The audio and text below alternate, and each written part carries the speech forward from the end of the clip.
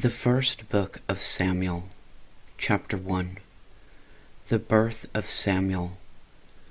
Now there was a certain man of Ramathaim Zophim, of Mount Ephraim, and his name was Elkanah, the son of Jeroham, the son of Elihu, the son of Tohu, the son of Zuph, an Ephrathite. And he had 2 wives. The name of one was Hannah, and the name of the other Peninnah. And Peninnah had children, but Hannah had no children. And this man went up out of his city yearly to worship and to sacrifice unto the Lord of hosts in Shiloh. And the 2 sons of Eli, Hophni and Phinehas, the priests of the Lord, were there. And when the time was that Elkanah offered, he gave to Peninnah his wife, and to all her sons and her daughters portions. But unto Hannah he gave a worthy portion, for he loved Hannah, but the Lord had shut up her womb. And her adversary also provoked her sore, for to make her fret, because the Lord had shut up her womb. And as he did so year by year, when she went up to the house of the Lord, so she provoked her. Therefore she wept and did not eat. Then said Elkanah her husband to her, Hannah, why weepest thou, and why eatest thou not, and why is thy heart grieved? Am not I better to thee than 10 sons? So Hannah rose up after they had eaten in Shiloh, and after they had drunk. Now Eli the priest sat upon a seat by a post of the temple of the Lord. And she was in bitterness of soul, and prayed unto the Lord, and wept sore.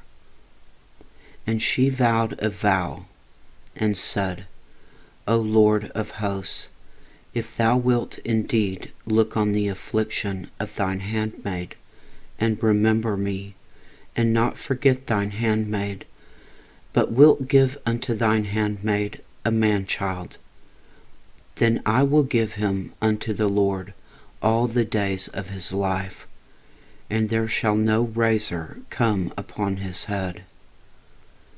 And it came to pass, as she continued praying before the Lord, that Eli marked her mouth.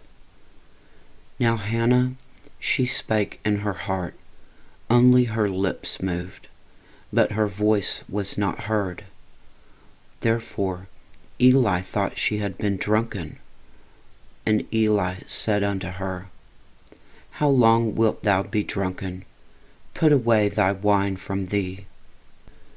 And Hannah answered and said, No, my Lord, I am a woman of a sorrowful spirit.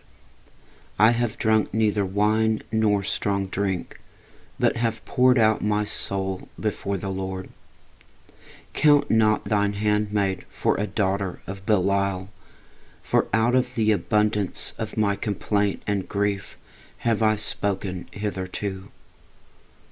Then Eli answered and said, Go in peace, and the God of Israel grant thee thy petition that thou hast asked of him. And she said, Let thine handmaid find grace in thy sight. So the woman went her way, and did eat, and her countenance was no more sad.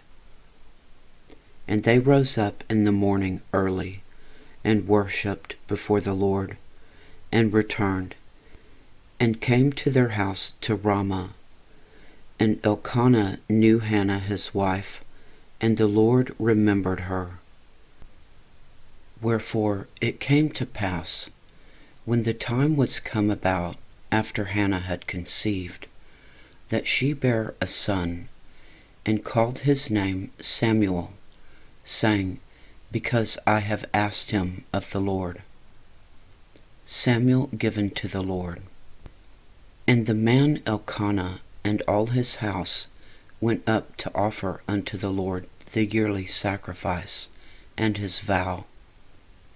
But Hannah went not up, for she said unto her husband, I will not go up until the child be weaned, and then I will bring him, that he may appear before the Lord, and there abide forever. And Elkanah her husband said unto her, Do what seemeth thee good. Tarry until thou have weaned him. Only the Lord establish his word. So the woman abode, and gave her son suck until she weaned him. And when she had weaned him, she took him up with her, with 3 bullocks, and 1 ephah of flour, and a bottle of wine, and brought him unto the house of the Lord in Shiloh. And the child was young. And they slew the bullock, and brought the child to Eli. And she said, O my Lord, as thy soul liveth, my Lord, I am the woman that stood by thee here, praying unto the Lord. For this child I prayed, and the Lord hath given me my petition which I asked of him. Therefore also I have lent him to the Lord. As long as he liveth he shall be lent to the Lord. And he worshipped the Lord there. Chapter 2. Hannah's Prayer. And Hannah prayed and said, My heart rejoiceth in the Lord. Mine horn is exalted in the Lord. My mouth is enlarged over mine enemies, because I rejoice in thy salvation. There is none holy as the Lord, for there is none beside thee, neither is there any rock like our God. Talk no more so exceeding proudly. Let not arrogancy come out of your mouth. For the Lord is a God of knowledge, and by him actions are weighed. The bows of the mighty men are broken, and they that stumbled are girded with strength. They that were full have hired out themselves for bread, and they that were hungry ceased. So that the barren hath borne 7, and she that hath many children is waxed feeble. The Lord killeth and maketh alive. He bringeth down to the grave, and bringeth up. The Lord maketh poor, and maketh rich. He bringeth low, and lifteth up. He raiseth up the poor out of the dust, and lifteth up the beggar from the dunghill, to set them among princes, and to make them inherit the throne of glory. For the pillars of the earth are the Lord's, and he hath set the world upon them. He will keep the feet of his saints, and the wicked shall be silent in darkness. For by strength shall no man prevail. The adversaries of the Lord shall be broken to pieces. Out of heaven shall he thunder upon them.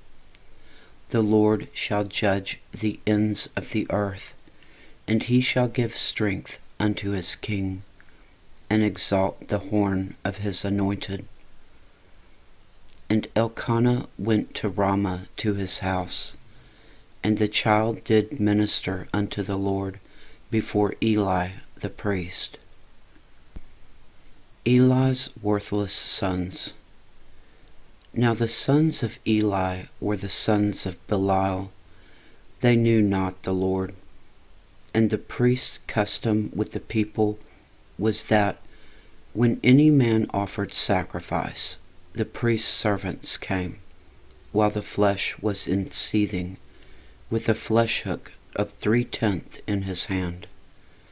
And he struck it into the pan, or kettle, or cauldron, or pot, and all that the flesh hook brought up the priest took for himself. So they did in Shiloh, unto all the Israelites that came thither.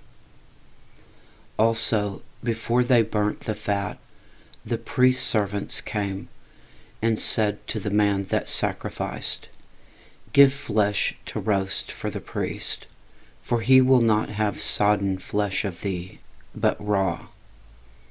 And if any man said unto him, Let them not fail to burn the fat presently, and then take as much as thy soul desireth, then he would answer him, Nay, but thou shalt give it to me now, and if not, I will take it by force.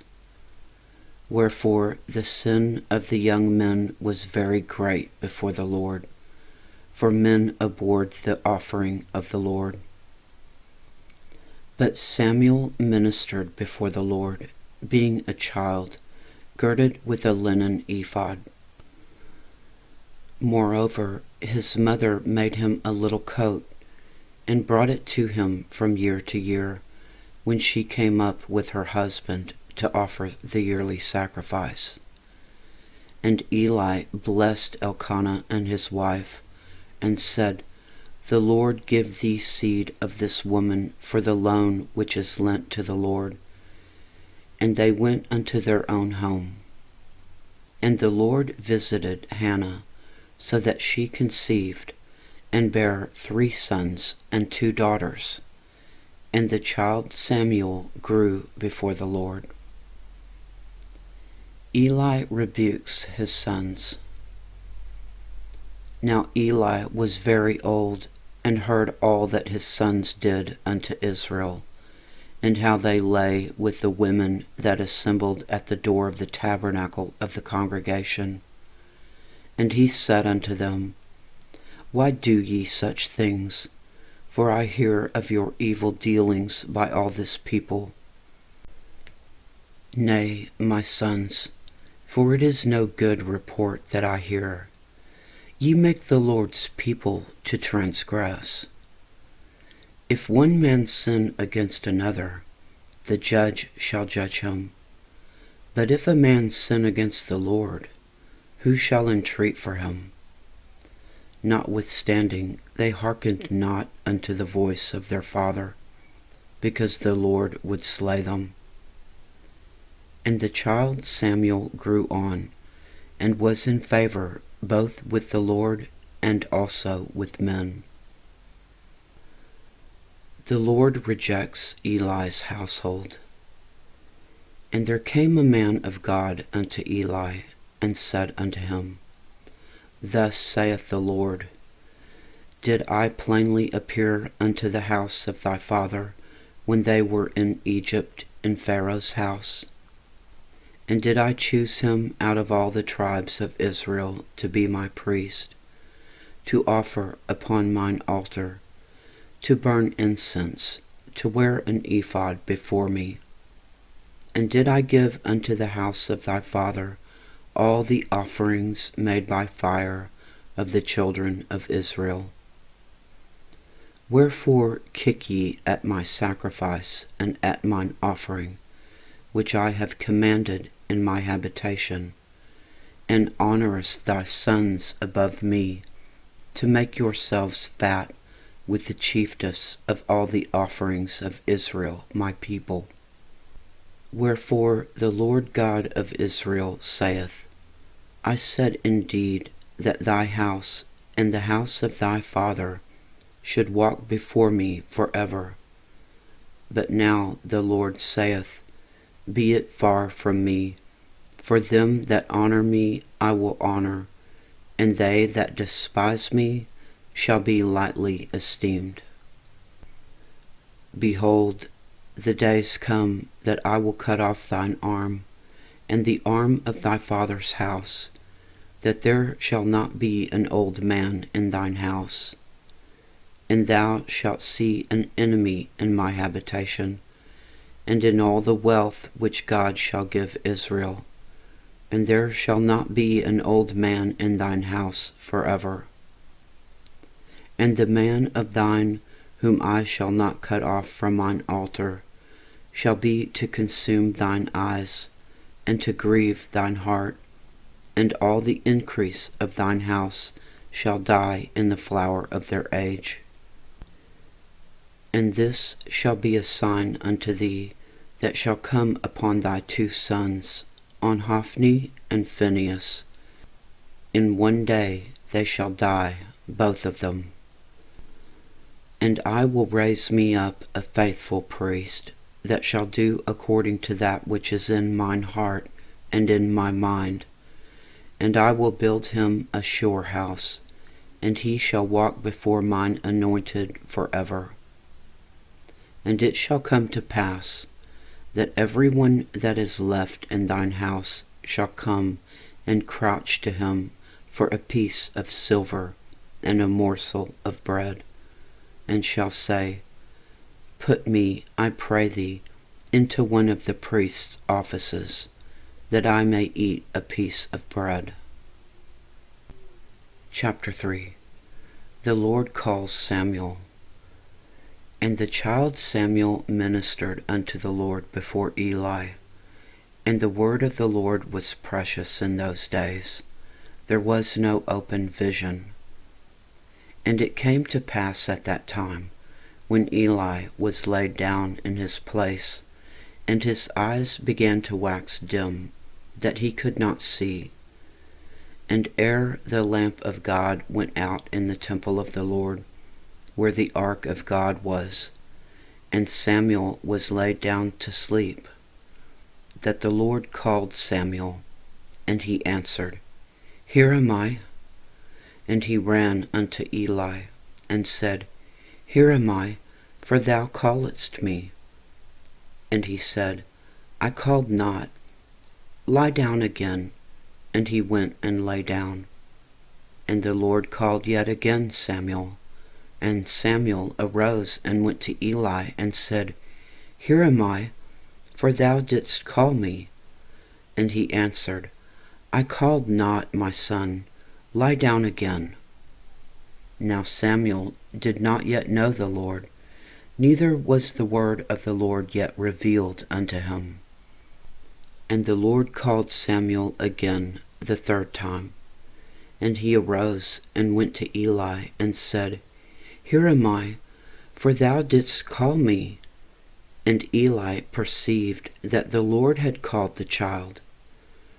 Therefore Eli said unto Samuel, Go lie down, and it shall be, if he call thee, that thou shalt say, Speak, Lord, for thy servant heareth. So Samuel went and lay down in his place. And the Lord came and stood, and called as at other times, Samuel, Samuel. Then Samuel answered, Speak, for thy servant heareth.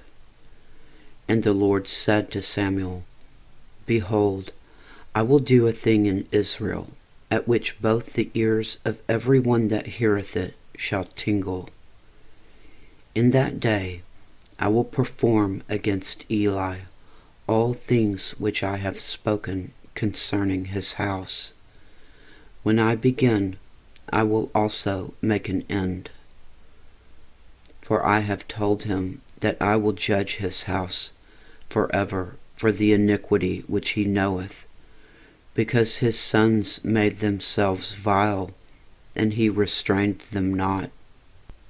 And therefore I have sworn unto the house of Eli, that the iniquity of Eli's house shall not be purged with sacrifice, nor offering forever. And Samuel lay until the morning, and opened the doors of the house of the Lord. And Samuel feared to show Eli the vision. Then Eli called Samuel, and said, Samuel, my son. And he answered, Here am I. And he said, What is the thing that the Lord hath said unto thee? I pray thee, hide it not from me.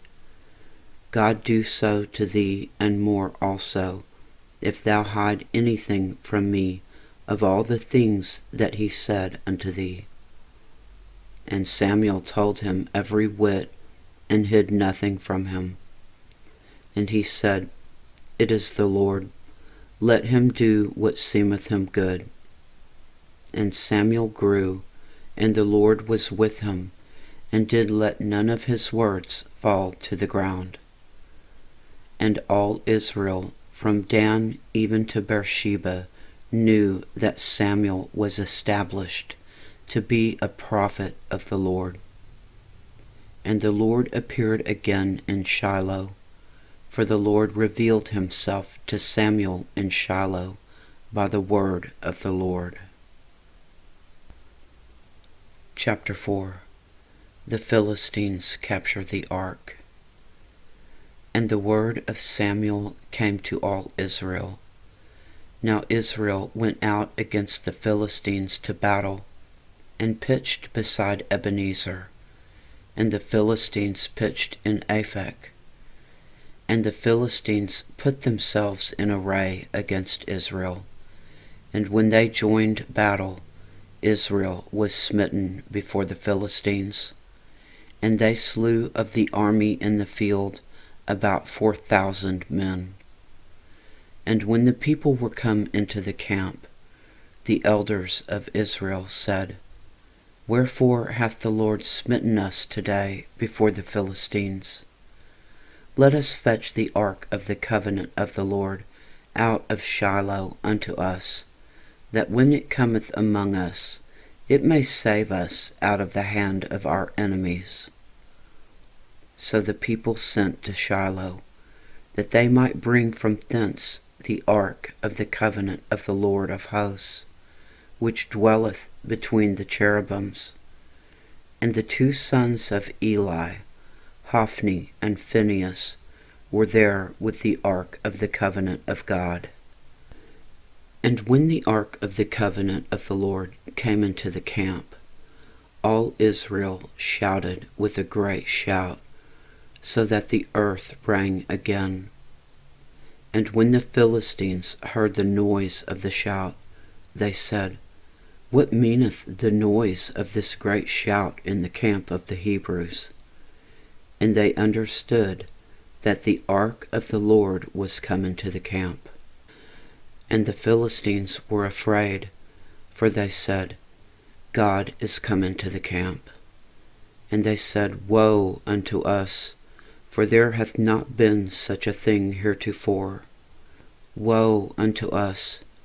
Who shall deliver us out of the hand of these mighty gods? These are the gods that smote the Egyptians with all the plagues in the wilderness.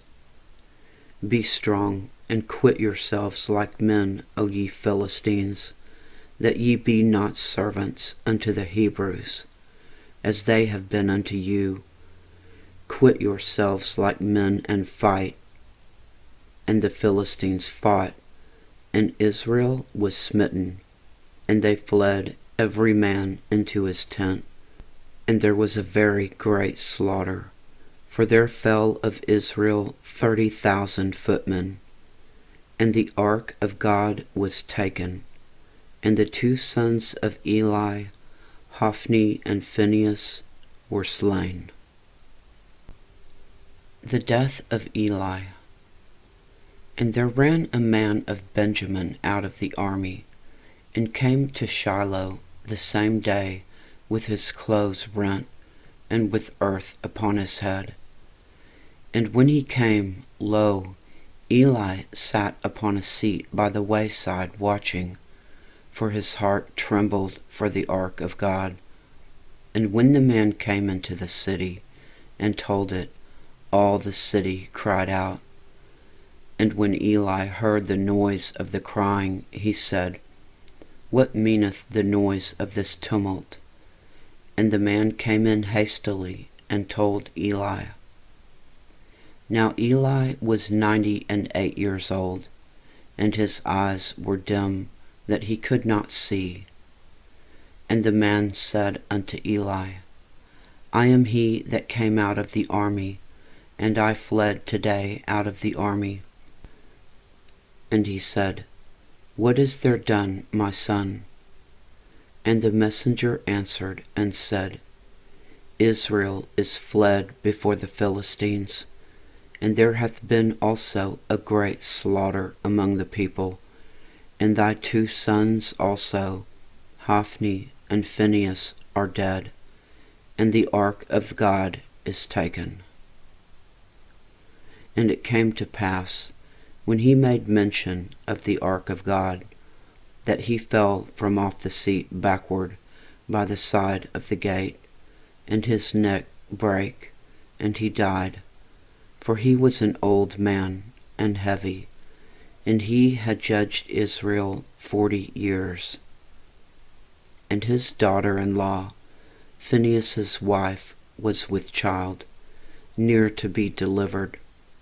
And when she heard the tidings that the ark of God was taken, and that her father-in-law and her husband were dead, she bowed herself and travailed, for her pains came upon her. And about the time of her death, the women that stood by her said unto her, Fear not, for thou hast borne a son. But she answered not, neither did she regard it. And she named the child Ichabod, saying, The glory is departed from Israel, because the ark of God was taken, and because of her father-in-law and her husband. And she said, The glory is departed from Israel, for the ark of God is taken. Chapter 5. The Philistines and the ark. And the Philistines took the ark of God, and brought it from Ebenezer unto Ashdod. When the Philistines took the ark of God, they brought it into the house of Dagon, and set it by Dagon.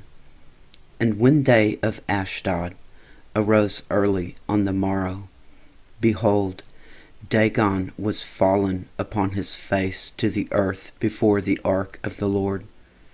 And they took Dagon, and set him in his place again. And when they arose early on the morrow morning, behold, Dagon was fallen upon his face to the ground before the ark of the Lord. And the head of Dagon and both the palms of his hands were cut off upon the threshold. Only the stump of Dagon was left to him. Therefore neither the priests of Dagon nor any that come into Dagon's house tread on the threshold of Dagon in Ashdod unto this day. But the hand of the Lord was heavy upon them in Ashdod, and he destroyed them, and smote them with emerods, even Ashdod and the coast thereof. And when the men of Ashdod saw that it was so, they said, The ark of the God of Israel shall not abide with us, for his hand is sore upon us, and upon Dagon our God. They sent therefore, and gathered all the lords of the Philistines unto them, and said, What shall we do with the ark of the God of Israel? And they answered, Let the ark of the God of Israel be carried about unto Gath. And they carried the ark of the God of Israel about thither. And it was so, that after they had carried it about, the hand of the Lord was against the city with a very great destruction. And he smote the men of the city, both small and great, and they had emerods in their secret parts. Therefore they sent the ark of God to Ekron. And it came to pass, as the ark of God came to Ekron, that the Ekronites cried out, saying, They have brought about the ark of the God of Israel to us, to slay us and our people. So they sent and gathered together all the lords of the Philistines, and said, Send away the ark of the God of Israel, and let it go again to his own place, that it slay us not and our people. For there was a deadly destruction throughout all the city, and the hand of God was very heavy there. And the men that died not were smitten with emerods, and the cry of the city went up to heaven. Chapter 6. The ark returned to Israel. And the ark of the Lord was in the country of the Philistines 7 months. And the Philistines called for the priests and the diviners, saying, What shall we do to the ark of the Lord? Tell us wherewith we shall send it to his place. And they said, If we send away the ark of the God of Israel, send it not empty, but in any wise return him a trespass offering. Then ye shall be healed, and it shall be known to you why his hand is not removed from you. Then said they, What shall be the trespass offering, which we shall return to him? They answered, 5 golden emerods, and 5 golden mice, according to the number of the lords of the Philistines. For 1 plague was on all of you, and on your lords. Wherefore ye shall make images of your emerods, and images of your mice that mar the land, and ye shall give glory unto the God of Israel. Peradventure he will lighten his hand from off of you, and from off your gods, and from off your land. Wherefore then do ye harden your hearts, as the Egyptians and Pharaoh hardened their hearts? When he had wrought wonderfully among them, did they not let the people go, and they departed? Now therefore make a new cart, and take 2 milk kine, on which there hath come no yoke, and tie the kine to the cart, and bring their calves home from them. And take the ark of the Lord, and lay it upon the cart, and put the jewels of gold, which ye return him for a trespass offering, in a coffer by the side thereof, and send it away, that it may go. And see, if it goeth up by the way of his own coast to Bethshemesh, then he hath done us this great evil. But if not, then we shall know that it is not his hand that smote us, it was a chance that happened to us. And the men did so, and took 2 milk kine, and tied them to the cart, and shut up their calves at home. And they laid the ark of the Lord upon the cart, and the coffer with the mice of gold, and the images of their emerods. And the kine took the straight way to the way of Bethshemesh, and went along the highway, lowing as they went, and turned not aside to the right hand or to the left. And the lords of the Philistines went after them unto the border of Bethshemesh. And they of Bethshemesh were reaping their wheat harvest in the valley, and they lifted up their eyes, and saw the ark, and rejoiced to see it. And the cart came into the field of Joshua, a Bethshemite, and stood there, where there was a great stone. And they clave the wood of the cart, and offered the kine a burnt offering unto the Lord. And the Levites took down the ark of the Lord, and the coffer that was with it, wherein the jewels of gold were, and put them on the great stone. And the men of Bethshemesh offered burnt offerings, and sacrificed sacrifices the same day unto the Lord. And when the 5 lords of the Philistines had seen it, they returned to Ekron the same day. And these are the golden emerods which the Philistines returned for a trespass offering unto the Lord. For Ashdod 1, for Gaza 1, for Ashkelon 1, for Gath 1, for Ekron 1. And the golden mice according to the number of all the cities of the Philistines belonging to the 5 lords, both of fenced cities and of country villages, even unto the great stone of Abel, whereon they set down the ark of the Lord, which stone remaineth unto this day in the field of Joshua the Bethshemite. And he smote the men of Bethshemesh, because they had looked into the ark of the Lord. Even he smote the people 50,060 men. And the people lamented, because the Lord had smitten many of the people with a great slaughter. And the men of Bethshemesh said, Who is able to stand before his holy Lord God? And to whom shall he go up from us? And they sent messengers to the inhabitants of Kiriath-Jearim, saying, The Philistines have brought again the ark of the Lord. Come ye down, and fetch it up to you. Chapter 7. And the men of Kiriath-Jearim came, and fetched up the ark of the Lord, and brought it into the house of Abinadab in the hill, and sanctified Eleazar his son to keep the ark of the Lord.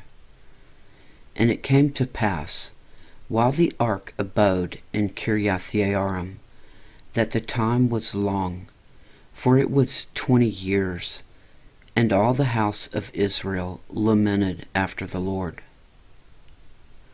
Samuel judges Israel.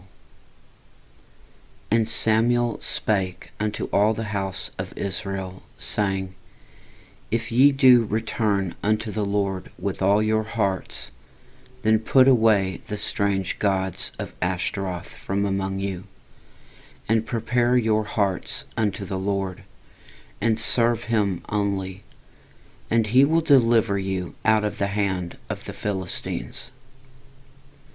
Then the children of Israel did put away Baalim and Ashtaroth, and served the Lord only.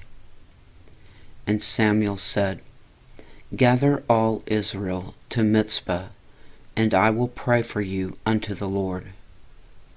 And they gathered together to Mizpah, and drew water, and poured it out before the Lord, and fasted on that day, and said there, We have sinned against the Lord. And Samuel judged the children of Israel in Mizpah. And when the Philistines heard that the children of Israel were gathered together to Mizpah, the lords of the Philistines went up against Israel. And when the children of Israel heard it, they were afraid of the Philistines. And the children of Israel said to Samuel, Cease not to cry unto the Lord our God for us, that he will save us out of the hand of the Philistines. And Samuel took a sucking lamb, and offered it for a burnt offering, holy unto the Lord. And Samuel cried unto the Lord for Israel, and the Lord heard him. And as Samuel was offering up the burnt offering, the Philistines drew near to battle against Israel. But the Lord thundered with a great thunder on that day upon the Philistines, and discomfited them, and they were smitten before Israel. And the men of Israel went out of Mizpah, and pursued the Philistines, and smote them, until they came under Bethkar. Then Samuel took a stone, and set it between Mizpah and Shen, and called the name of it Ebenezer, saying, Hitherto hath the Lord helped us. So the Philistines were subdued, and they came no more into the coast of Israel. And the hand of the Lord was against the Philistines all the days of Samuel. And the cities which the Philistines had taken from Israel were restored to Israel, from Ekron even unto Gath, and the coast thereof did Israel deliver out of the hands of the Philistines. And there was peace between Israel and the Amorites. And Samuel judged Israel all the days of his life. And he went from year to year in circuit to Bethel and Gilgal and Mizpah, and judged Israel in all those places. And his return was to Ramah, for there was his house, and there he judged Israel, and there he built an altar unto the Lord. Chapter 8. Israel demands a king. And it came to pass, when Samuel was old, that he made his sons judges over Israel. Now the name of his firstborn was Joel, and the name of his second, Abiah. They were judges in Beersheba. And his sons walked not in his ways, but turned aside after lucre, and took bribes, and perverted judgment. Then all the elders of Israel gathered themselves together, and came to Samuel unto Ramah, and said unto him, Behold, thou art old, and thy sons walk not in thy ways. Now make us a king to judge us like all the nations. But the thing displeased Samuel when they said, Give us a king to judge us. And Samuel prayed unto the Lord. And the Lord said unto Samuel, Hearken unto the voice of the people in all that they say unto thee. For they have not rejected thee, but they have rejected me, that I should not reign over them. According to all the works which they had done since the day that I brought them up out of Egypt, even unto this day, wherewith they have forsaken me, and served other gods, so do they also unto thee. Now therefore hearken unto their voice, howbeit yet protest solemnly unto them, and show them the manner of the king that shall reign over them. Samuel's warning against kings. And Samuel told all the words of the Lord unto the people that asked of him a king. And he said, This will be the manner of the king that shall reign over you.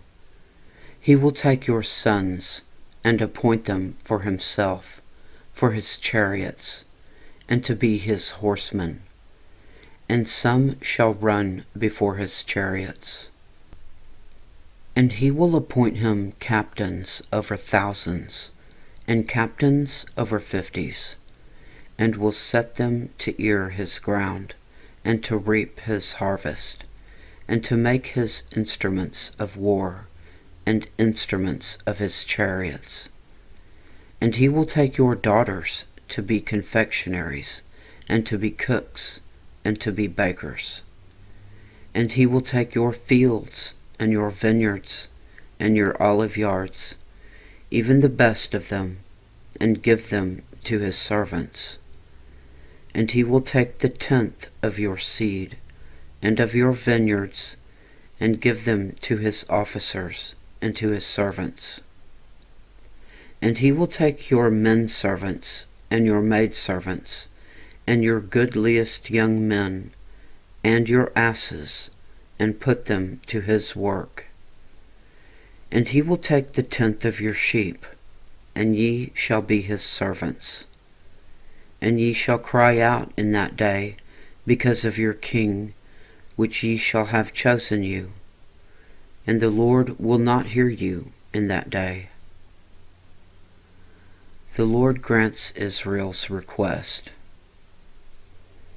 Nevertheless, the people refused to obey the voice of Samuel, and they said, Nay, but we will have a king over us, that we also may be like all the nations, that our king may judge us, and go out before us, and fight our battles.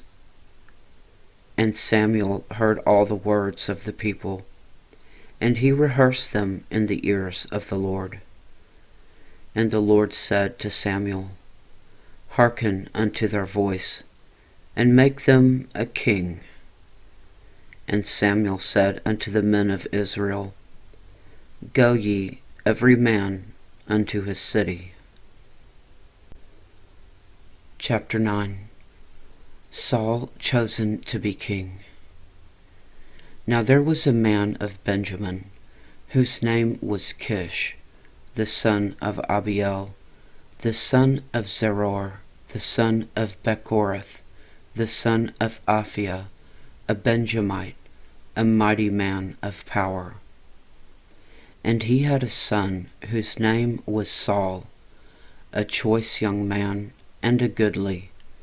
And there was not among the children of Israel a goodlier person than he. From his shoulders and upward he was higher than any of the people. And the asses of Kish, Saul's father, were lost.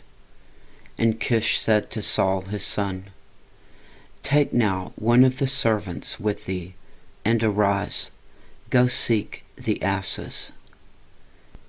And he passed through Mount Ephraim, and passed through the land of Shalisha, but they found them not. Then they passed through the land of Shalim, and there they were not. And he passed through the land of the Benjamites, but they found them not. And when they came to the land of Zuph, Saul said to his servant that was with him, Come, and let us return, lest my father leave caring for the asses, and take thought for us. And he said unto him, Behold now, there is in this city a man of God, and he is an honorable man. All that he saith cometh surely to pass. Now let us go thither. Peradventure he can show us our way that we should go. Then said Saul to his servant, But behold, if we go, what shall we bring the man? For the bread is spent in our vessels, and there is not a present to bring to the man of God. What have we?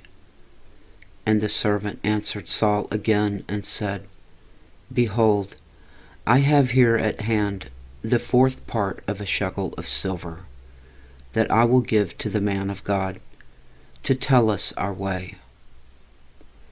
Before time in Israel, when a man went to inquire of God, thus he spake, Come and let us go to the seer, for he that is now called a prophet was before time called a seer.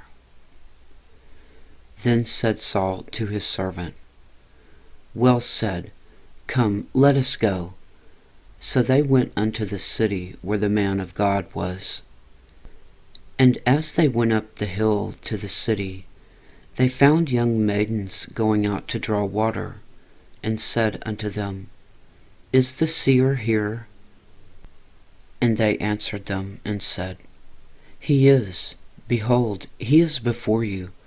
Make haste now, for he came today to the city, for there is a sacrifice of the people today in the high place. As soon as ye be come into the city, ye shall straightway find him, before he go up to the high place to eat. For the people will not eat until he come, because he doth bless the sacrifice, and afterwards they eat that be bidden. Now therefore get you up, for about this time ye shall find him. And they went up into the city, and when they were come into the city, behold, Samuel came out against them, for to go up to the high place. Now the Lord had told Samuel in his ear a day before Saul came, saying, Tomorrow, about this time, I will send thee a man out of the land of Benjamin, and thou shalt anoint him to be captain over my people Israel, that he may save my people out of the hand of the Philistines. For I have looked upon my people, because their cry is come unto me. And when Samuel saw Saul, the Lord said unto him, Behold, the man whom I spake to thee of, this same shall reign over my people. Then Saul drew near to Samuel in the gate, and said, Tell me, I pray thee, where the seer's house is. And Samuel answered Saul, and said, I am the seer. Go up before me unto the high place, for ye shall eat with me today. And tomorrow I will let thee go, and I will tell thee all that is in thine heart. And as for thine asses that were lost 3 days ago, set not thy mind on them, for they are found. And on whom is all the desire of Israel? Is it not on thee and on thy father's house? And Saul answered and said, Am not I a Benjamite of the smallest of the tribes of Israel, and my family the least of all the families of the tribe of Benjamin? Wherefore then speakest thou so to me? And Samuel took Saul and his servant, and brought them into the parlor, and made them sit in the chiefest place among them that were bidden, which were about 30 persons. And Samuel said unto the cook, Bring the portion which I gave thee, of which I said unto thee, Set it by thee.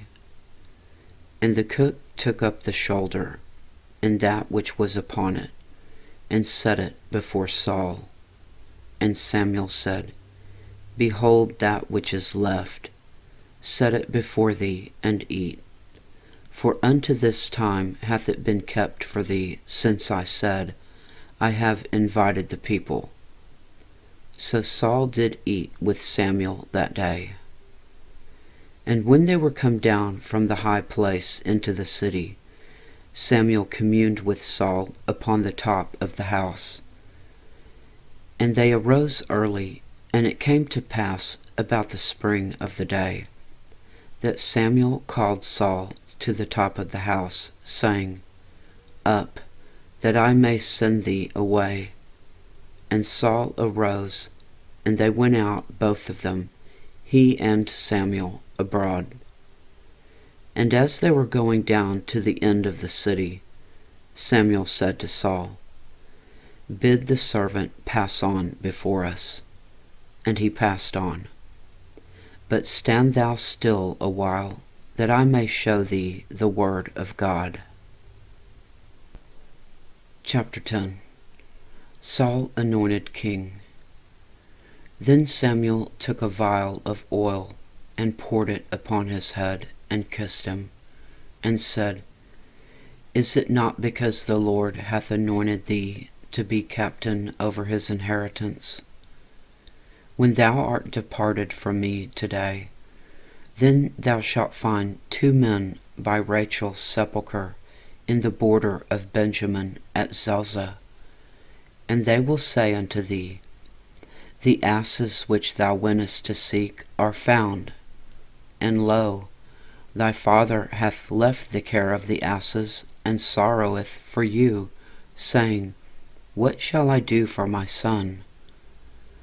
Then shalt thou go on forward from thence, and thou shalt come to the plain of Tabor, and there shall meet 3 men going up to God to Bethel, one carrying 3 kids, and another carrying 3 loaves of bread, and another carrying a bottle of wine. And they will salute thee, and give thee 2 loaves of bread, which thou shalt receive of their hands. After that thou shalt come to the hill of God, where is the garrison of the Philistines. And it shall come to pass, when thou art come thither to the city, that thou shalt meet a company of prophets coming down from the high place, with a psaltery, and a tabret, and a pipe, and a harp before them. and they shall prophesy. And the Spirit of the Lord will come upon thee, and thou shalt prophesy with them, and shalt be turned into another man. And let it be, when these signs are come unto thee, that thou do as occasion serve thee, for God is with thee. And thou shalt go down before me to Gilgal, and behold, I will come down unto thee to offer burnt offerings, and to sacrifice sacrifices of peace offerings.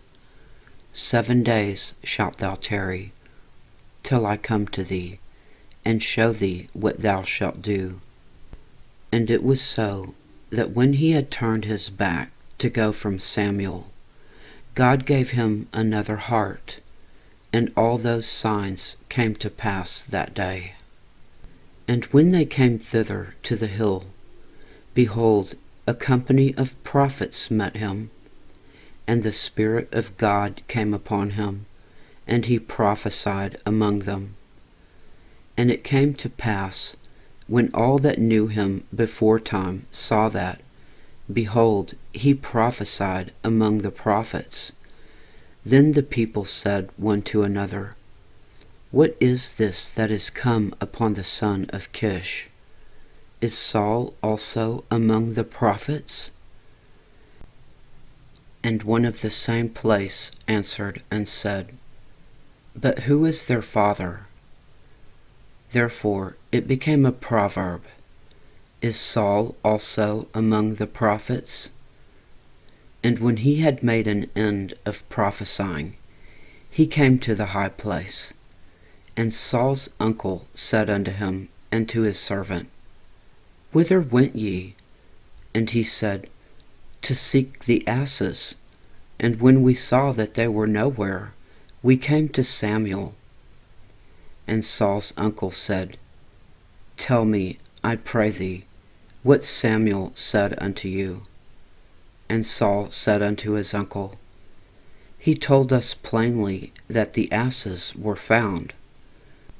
But of the matter of the kingdom whereof Samuel spake, he told him not. Saul proclaimed king. And Samuel called the people together unto the Lord to Mizpah, and said unto the children of Israel, Thus saith the Lord God of Israel, I brought up Israel out of Egypt, and delivered you out of the hand of the Egyptians, and out of the hand of all kingdoms, and of them that oppressed you. And ye have this day rejected your God, who himself saved you out of all your adversities and your tribulations. And ye have said unto him, Nay, but set us a king over us. Now therefore present yourselves before the Lord by your tribes, and by your thousands. And when Samuel had caused all the tribes of Israel to come near, the tribe of Benjamin was taken. And when he had caused the tribe of Benjamin to come near by their families, the family of Matri was taken, and Saul the son of Kish was taken. And when they sought him, he could not be found. Therefore they inquired of the Lord further, if the man should yet come thither. And the Lord answered, Behold, he hath hid himself among the stuff.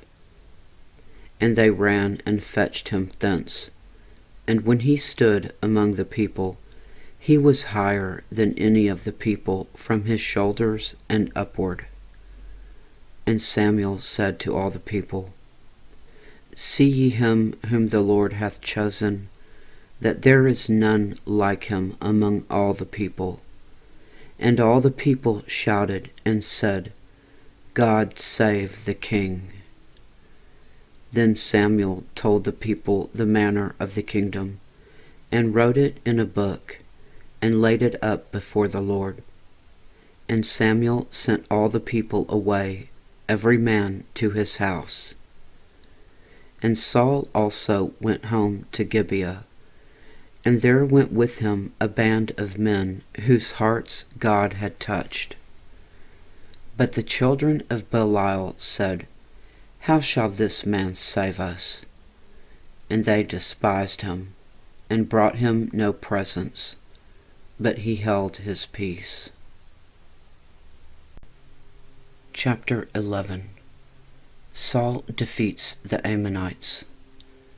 Then Nahash the Ammonite came up, and encamped against Jabesh-Gilead. And all the men of Jabesh said unto Nahash, Make a covenant with us, and we will serve thee. And Nahash the Ammonite answered them, On this condition will I make a covenant with you, that I may thrust out all your right eyes, and lay it for a reproach upon all Israel. And the elders of Jabesh said unto him, Give us 7 days' respite, that we may send messages unto all the coasts of Israel. And then, if there be no man to save us, we will come out to thee. Then came the messengers to Gibeah of Saul, and told the tidings in the ears of the people. And all the people lifted up their voices and wept. And behold, Saul came after the herd out of the field, and Saul said, What aileth the people that they weep? And they told him the tidings of the men of Jabesh. And the Spirit of God came upon Saul when he heard those tidings, and his anger was kindled greatly. And he took a yoke of oxen, and hewed them in pieces, and sent them throughout all the coasts of Israel by the hands of messengers, saying, Whosoever cometh not forth after Saul and after Samuel, so shall it be done unto his oxen. And the fear of the Lord fell upon the people, and they came out with one consent. And when he numbered them in Bezek, the children of Israel were 300,000, and the men of Judah 30,000.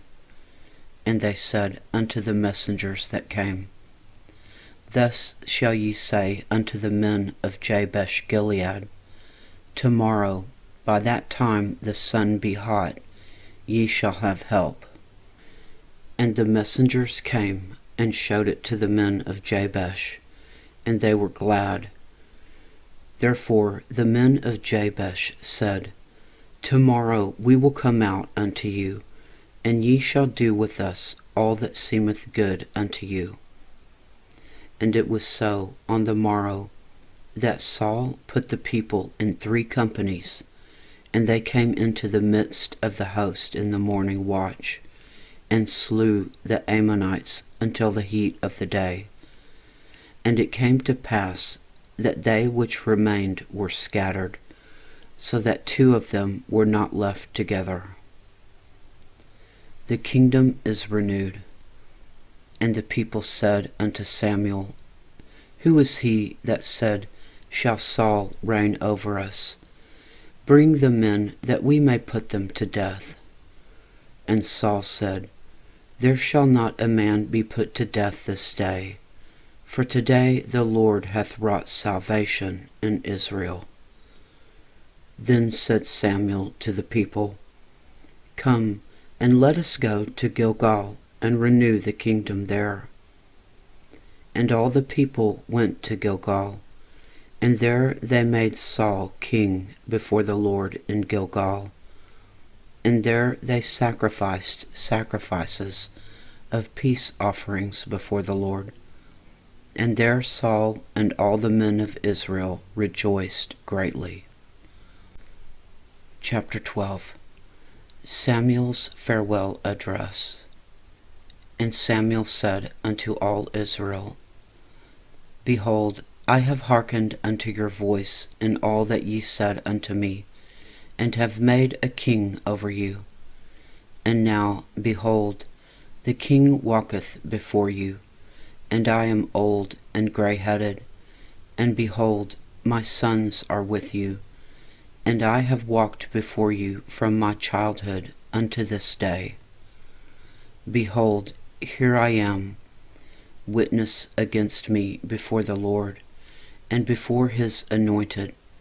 Whose ox have I taken? Or whose ass have I taken? Or whom have I defrauded? Whom have I oppressed? Or of whose hand have I received any bribe to blind mine eyes therewith? And I will restore it to you. And they said, Thou hast not defrauded us, nor oppressed us, neither hast thou taken aught of any man's hand. And he said unto them, The Lord is witness against you, and his anointed is witness this day, that ye have not found aught in my hand. And they answered, He is witness. And Samuel said unto the people, It is the Lord that advanced Moses and Aaron, and that brought your fathers up out of the land of Egypt. Now therefore stand still, that I may reason with you before the Lord of all the righteous acts of the Lord, which he did to you and to your fathers. When Jacob was come into Egypt, and your fathers cried unto the Lord, then the Lord sent Moses and Aaron, which brought forth your fathers out of Egypt, and made them dwell in this place. And when they forgat the Lord their God, he sold them into the hand of Sisera, captain of the host of Hazor, and into the hand of the Philistines, and into the hand of the king of Moab, and they fought against them. And they cried unto the Lord, and said, We have sinned, because we have forsaken the Lord, and have served Balaam and Ashtaroth. But now deliver us out of the hand of our enemies, and we will serve thee. And the Lord sent Jerubbaal, and Badon, and Jephthah, and Samuel, and delivered you out of the hand of your enemies on every side, and ye dwelled safe. And when ye saw that Nahash, the king of the children of Ammon, came against you, ye said unto me, Nay, but a king shall reign over us, when the Lord your God was your king.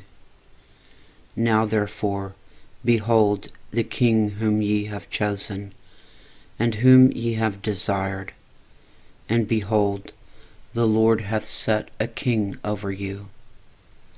If ye will fear the Lord, and serve him, and obey his voice, and not rebel against the commandment of the Lord, then shall both ye and also the king that reigneth over you continue following the Lord your God. But if ye will not obey the voice of the Lord, but rebel against the commandment of the Lord, then shall the hand of the Lord be against you, as it was against your fathers. Now therefore, stand and see this great thing, which the Lord will do before your eyes. Is it not wheat harvest today? I will call unto the Lord, and he shall send thunder and rain, that ye may perceive and see that your wickedness is great, which ye have done in the sight of the Lord, in asking you a king. So Samuel called unto the Lord, and the Lord sent thunder and rain that day, and all the people greatly feared the Lord and Samuel. And all the people said unto Samuel, Pray for thy servants unto the Lord thy God, that we die not, for we have added unto all our sins this evil, to ask us a king. And Samuel said unto the people, Fear not, ye have done all this wickedness, yet turn not aside from following the Lord, but serve the Lord with all your heart, and turn ye not aside, for then should ye go after vain things, which cannot profit nor deliver, for they are vain. For the Lord will not forsake his people for his great name's sake, because it hath pleased the Lord to make you his people. Moreover, as for me, God forbid that I should sin against the Lord in ceasing to pray for you, but I will teach you the good and the right way. Only fear the Lord and serve him in truth with all your heart, for consider how great things he hath done for you. But if ye shall still do wickedly, ye shall be consumed, both ye and your king.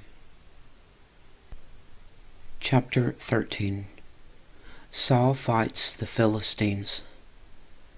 Saul reigned 1 year, and when he had reigned 2 years over Israel, Saul chose him 3,000 men of Israel, whereof 2,000 were with Saul in Michmash and in Bethel, and 1,000 were with Jonathan in Gibeah of Benjamin. And the rest of the people he sent every man to his tent. And Jonathan smote the garrison of the Philistines that was in Geba, and the Philistines heard of it. And Saul blew the trumpet throughout all the land, saying, Let the Hebrews hear. And all Israel heard say that Saul had smitten a garrison of the Philistines, and that Israel also was had in abomination with the Philistines. And the people were called together after Saul to Gilgal. And the Philistines gathered themselves together to fight with Israel, 30,000 chariots and 6,000 horsemen, and people as the sand which is on the seashore in multitude. And they came up and pitched in Michmash, eastward from Bethaven. When the men of Israel saw that they were in a strait, for the people were distressed, then the people did hide themselves in caves, and in thickets, and in rocks, and in high places, and in pits. And some of the Hebrews went over Jordan to the land of Gad and Gilead. As for Saul, he was yet in Gilgal, and all the people followed him trembling. Saul's unlawful sacrifice. And he tarried 7 days, according to the set time that Samuel had appointed. But Samuel came not to Gilgal, and the people were scattered from him. And Saul said, Bring hither a burnt offering to me, and peace offerings. And he offered the burnt offering. And it came to pass that as soon as he had made an end of offering the burnt offering, behold, Samuel came, and Saul went out to meet him, that he might salute him. And Samuel said, What hast thou done? And Saul said, Because I saw that the people were scattered from me, and that thou camest not within the days appointed, and that the Philistines gathered themselves together at Michmash. Therefore said I, The Philistines will come down now upon me to Gilgal, and I have not made supplication unto the Lord. I forced myself therefore, and offered a burnt offering. And Samuel said to Saul, Thou hast done foolishly.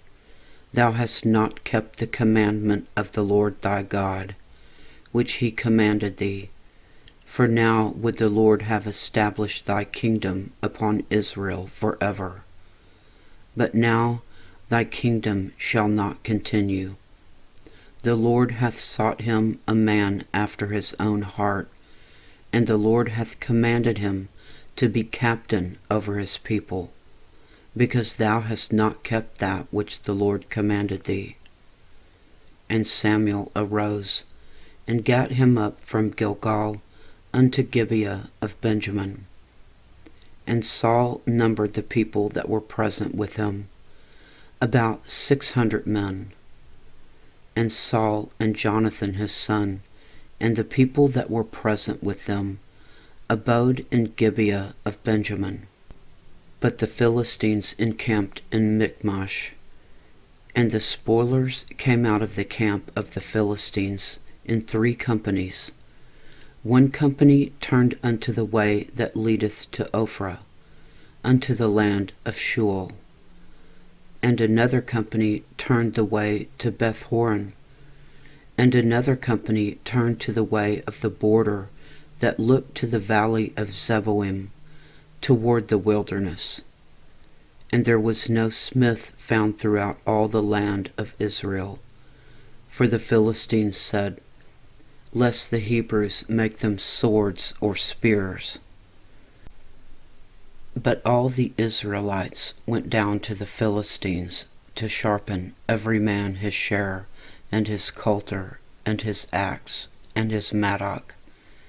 Yet they had a file for the mattocks, and for the coulters, and for the forks, and for the axes, and to sharpen the goads. So it came to pass in the day of battle, that there was neither sword nor spear found in the hand of any of the people that were with Saul and Jonathan, but with Saul and with Jonathan his son was there found. And the garrison of the Philistines went out to the passage of Michmash. Chapter 14. Jonathan defeats the Philistines. Now it came to pass upon a day that Jonathan the son of Saul said unto the young man that bare his armor, Come, and let us go over to the Philistines' garrison that is on the other side. But he told not his father. And Saul tarried in the uttermost part of Gibeah under a pomegranate tree, which is in Migron. And the people that were with him were about 600 men. And Ahiah the son of Ahitub, Ichabod's brother, the son of Phinehas, the son of Eli, the Lord's priest in Shiloh, wearing an ephod. And the people knew not that Jonathan was gone. And between the passages by which Jonathan sought to go over unto the Philistines' garrison, there was a sharp rock on the one side, and a sharp rock on the other side. And the name of the one was Bozez, and the name of the other Seneh. The forefront of the one was situate northward over against Michmash, and the other southward over against Gibeah. And Jonathan said to the young man that bare his armor, Come, and let us go over unto the garrison of these uncircumcised. It may be that the Lord will work for us, if there is no restraint to the Lord to save by many or by few. And his armor-bearer said unto him, Do all that is in thine heart. Turn thee, behold, I am with thee according to thy heart. Then said Jonathan, Behold, we will pass over unto these men, and we will discover ourselves unto them. And if they say unto us, Tarry until we come to you, then we will stand still in our place, and will not go up unto them. But if they say thus, Come up unto us, then we will go up, for the Lord hath delivered them into our hand, and this shall be a sign unto us. And both of them discovered themselves unto the garrison of the Philistines. And the Philistines said, Behold, the Hebrews come forth out of the holes where they had hid themselves. And the men of the garrison answered Jonathan and his armor-bearer, and said, Come up unto us, and we will show you a thing. And Jonathan said unto his armor-bearer, Come up after me, for the Lord hath delivered them into the hand of Israel. And Jonathan climbed up upon his hands and upon his feet, and his armor-bearer after him. And they fell before Jonathan, and his armor-bearer slew after him. And that first slaughter which Jonathan and his armor-bearer made was about 20 men, within as it were a half an acre of land, which a yoke of oxen might plough. And there was trembling in the host, in the field, and among all the people.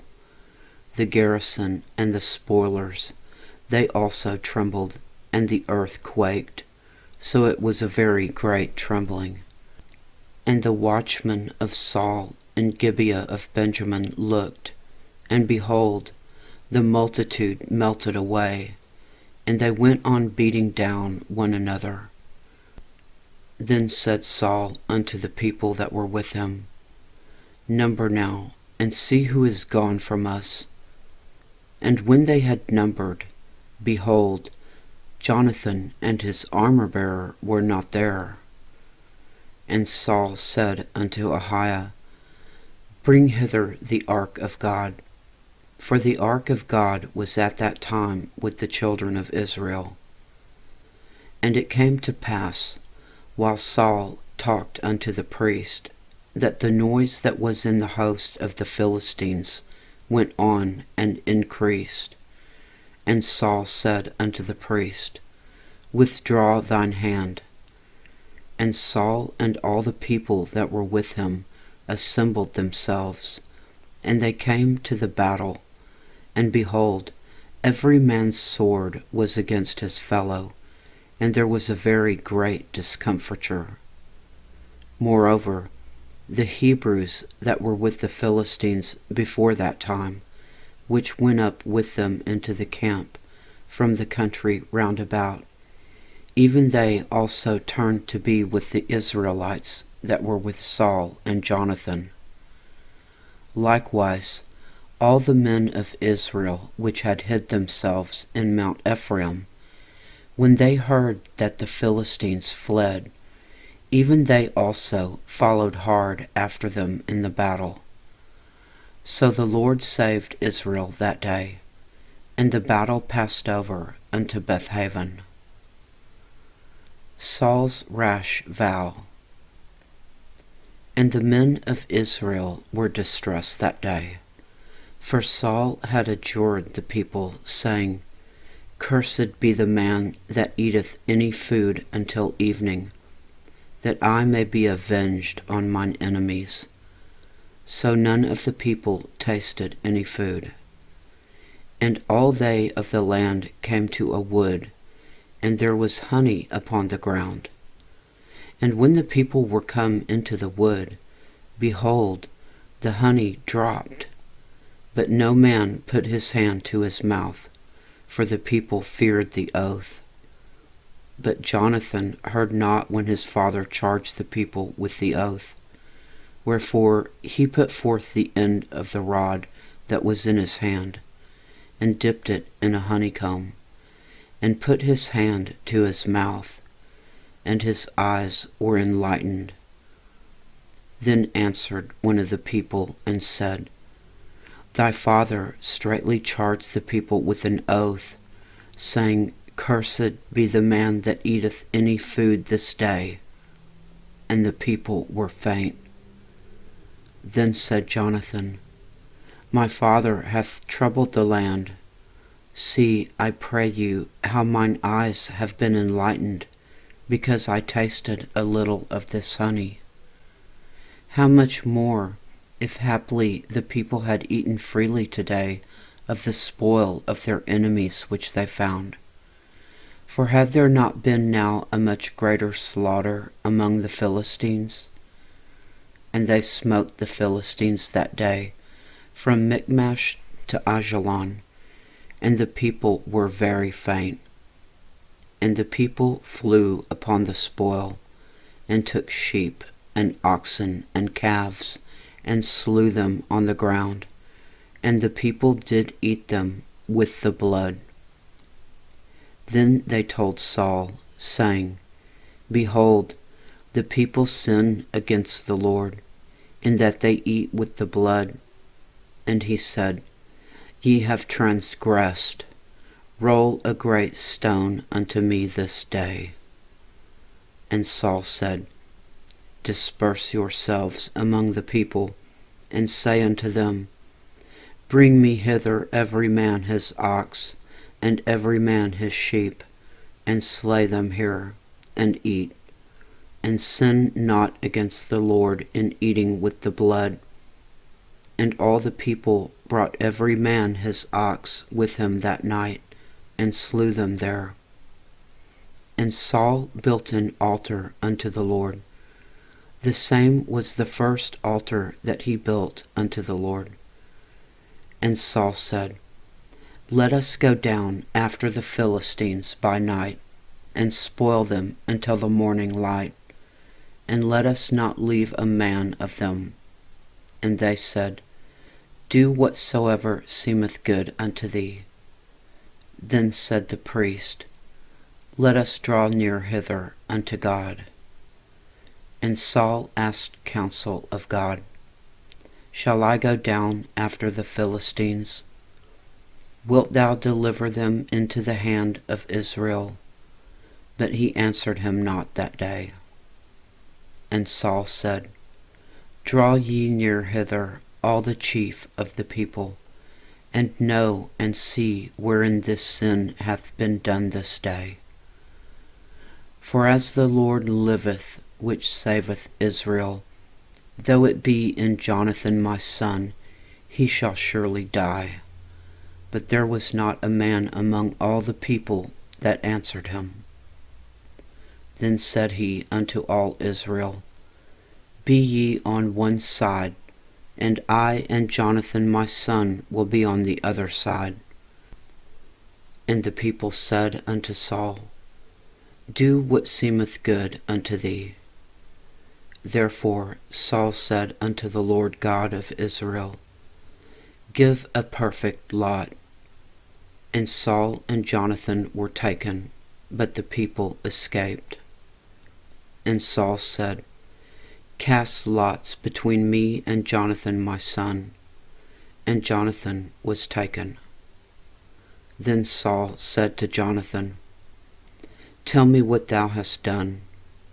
And Jonathan told him, and said, I did but taste a little honey with the end of the rod that was in mine hand, and lo, I must die.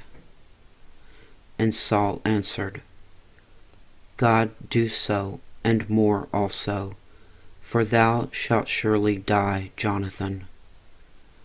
And the people said unto Saul, Shall Jonathan die who hath wrought this great salvation in Israel? God forbid.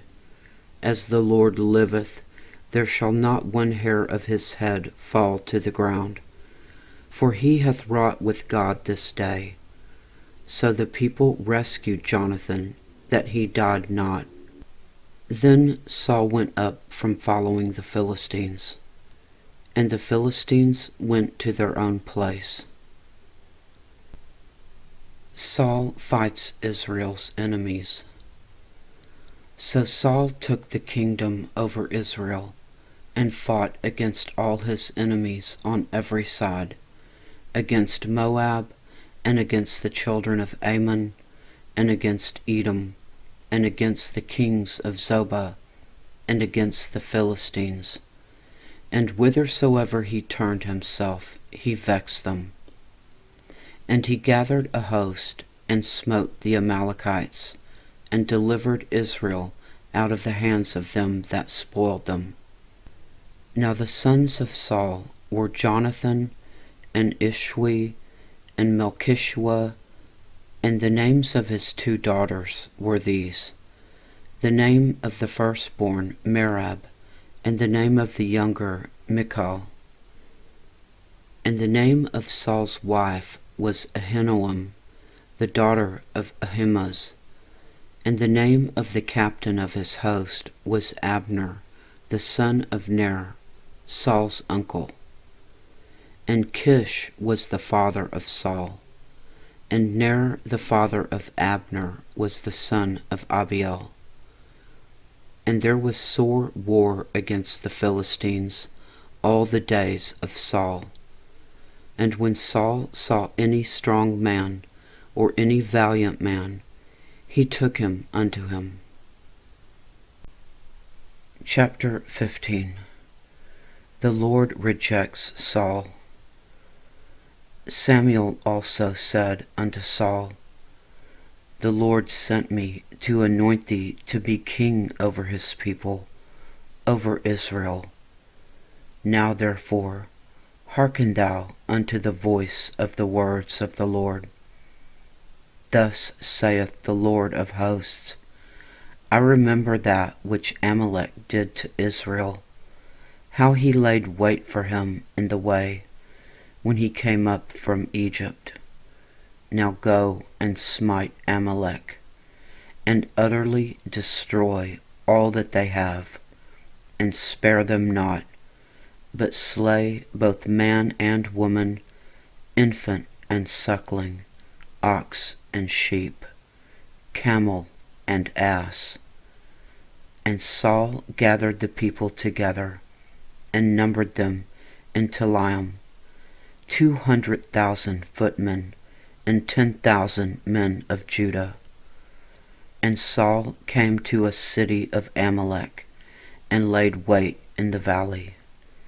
And Saul said unto the Kenites, Go, depart, get you down from among the Amalekites, lest I destroy you with them.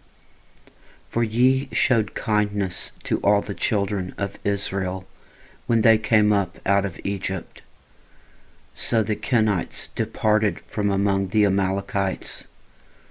And Saul smote the Amalekites from Havilah until thou comest to Shur, that is over against Egypt. And he took Agag, the king of the Amalekites, alive, and utterly destroyed all the people with the edge of the sword. But Saul and the people spared Agag, and the best of the sheep, and of the oxen, and of the fatlings, and the lambs, and all that was good, and would not utterly destroy them. But everything that was vile and refuse, that they destroyed utterly. Then came the word of the Lord unto Samuel, saying, It repenteth me that I have set up Saul to be king, for he is turned back from following me, and hath not performed my commandments. And it grieved Samuel, and he cried unto the Lord all night. And when Samuel rose early to meet Saul in the morning, it was told Samuel, saying, Saul came to Carmel, and behold, he set him up a place, and is gone about, and passed on, and gone down to Gilgal. And Samuel came to Saul, and Saul said unto him, Blessed be thou of the Lord, I have performed the commandment of the Lord. And Samuel said, What meaneth then this bleating of the sheep in mine ears, and the lowing of the oxen which I hear? And Saul said, They have brought them from the Amalekites, for the people spared the best of the sheep and of the oxen, to sacrifice unto the Lord thy God, and the rest we have utterly destroyed. Then Samuel said unto Saul, Stay, and I will tell thee what the Lord hath said to me this night. And he said unto him, Say on. And Samuel said, When thou wast little in thine own sight, wast thou not made the head of the tribes of Israel? And the Lord anointed thee king over Israel. And the Lord sent thee on a journey, and said, Go, and utterly destroy the sinners, the Amalekites, and fight against them until they be consumed. Wherefore then didst thou not obey the voice of the Lord, but didst fly upon the spoil, and didst evil in the sight of the Lord? And Saul said unto Samuel, Yea, I have obeyed the voice of the Lord, and have gone the way which the Lord sent me, and have brought Agag the king of Amalek, and have utterly destroyed the Amalekites.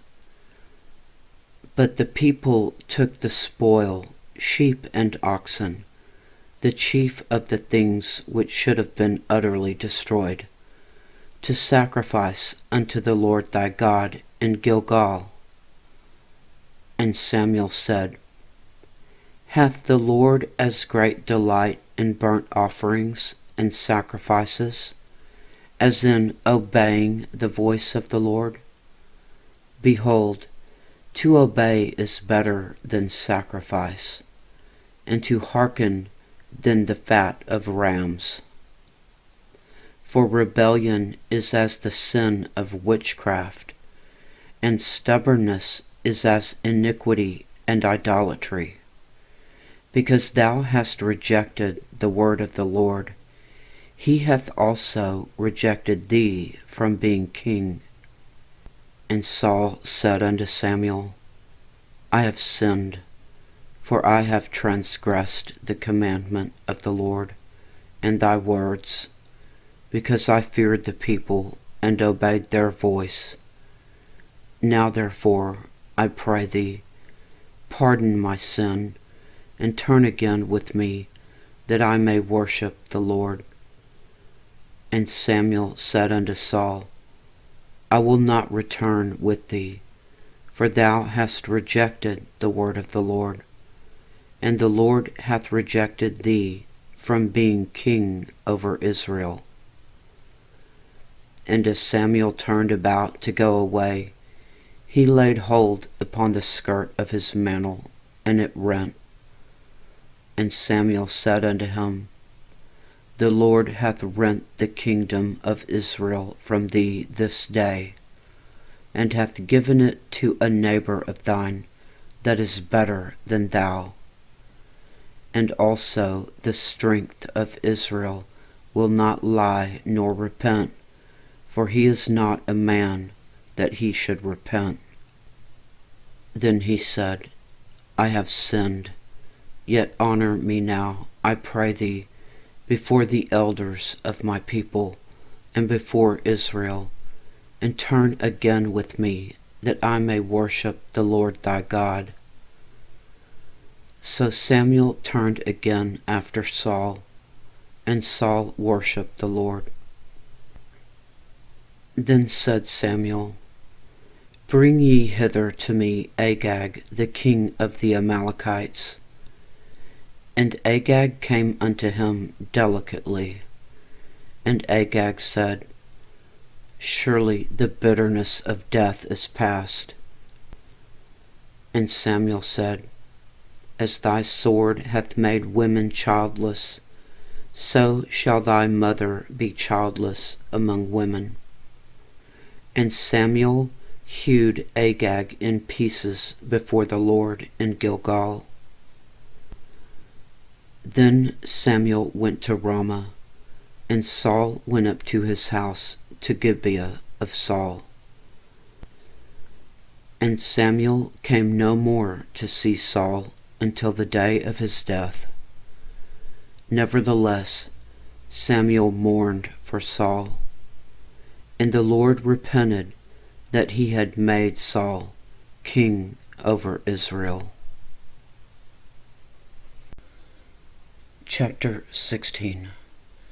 David anointed king.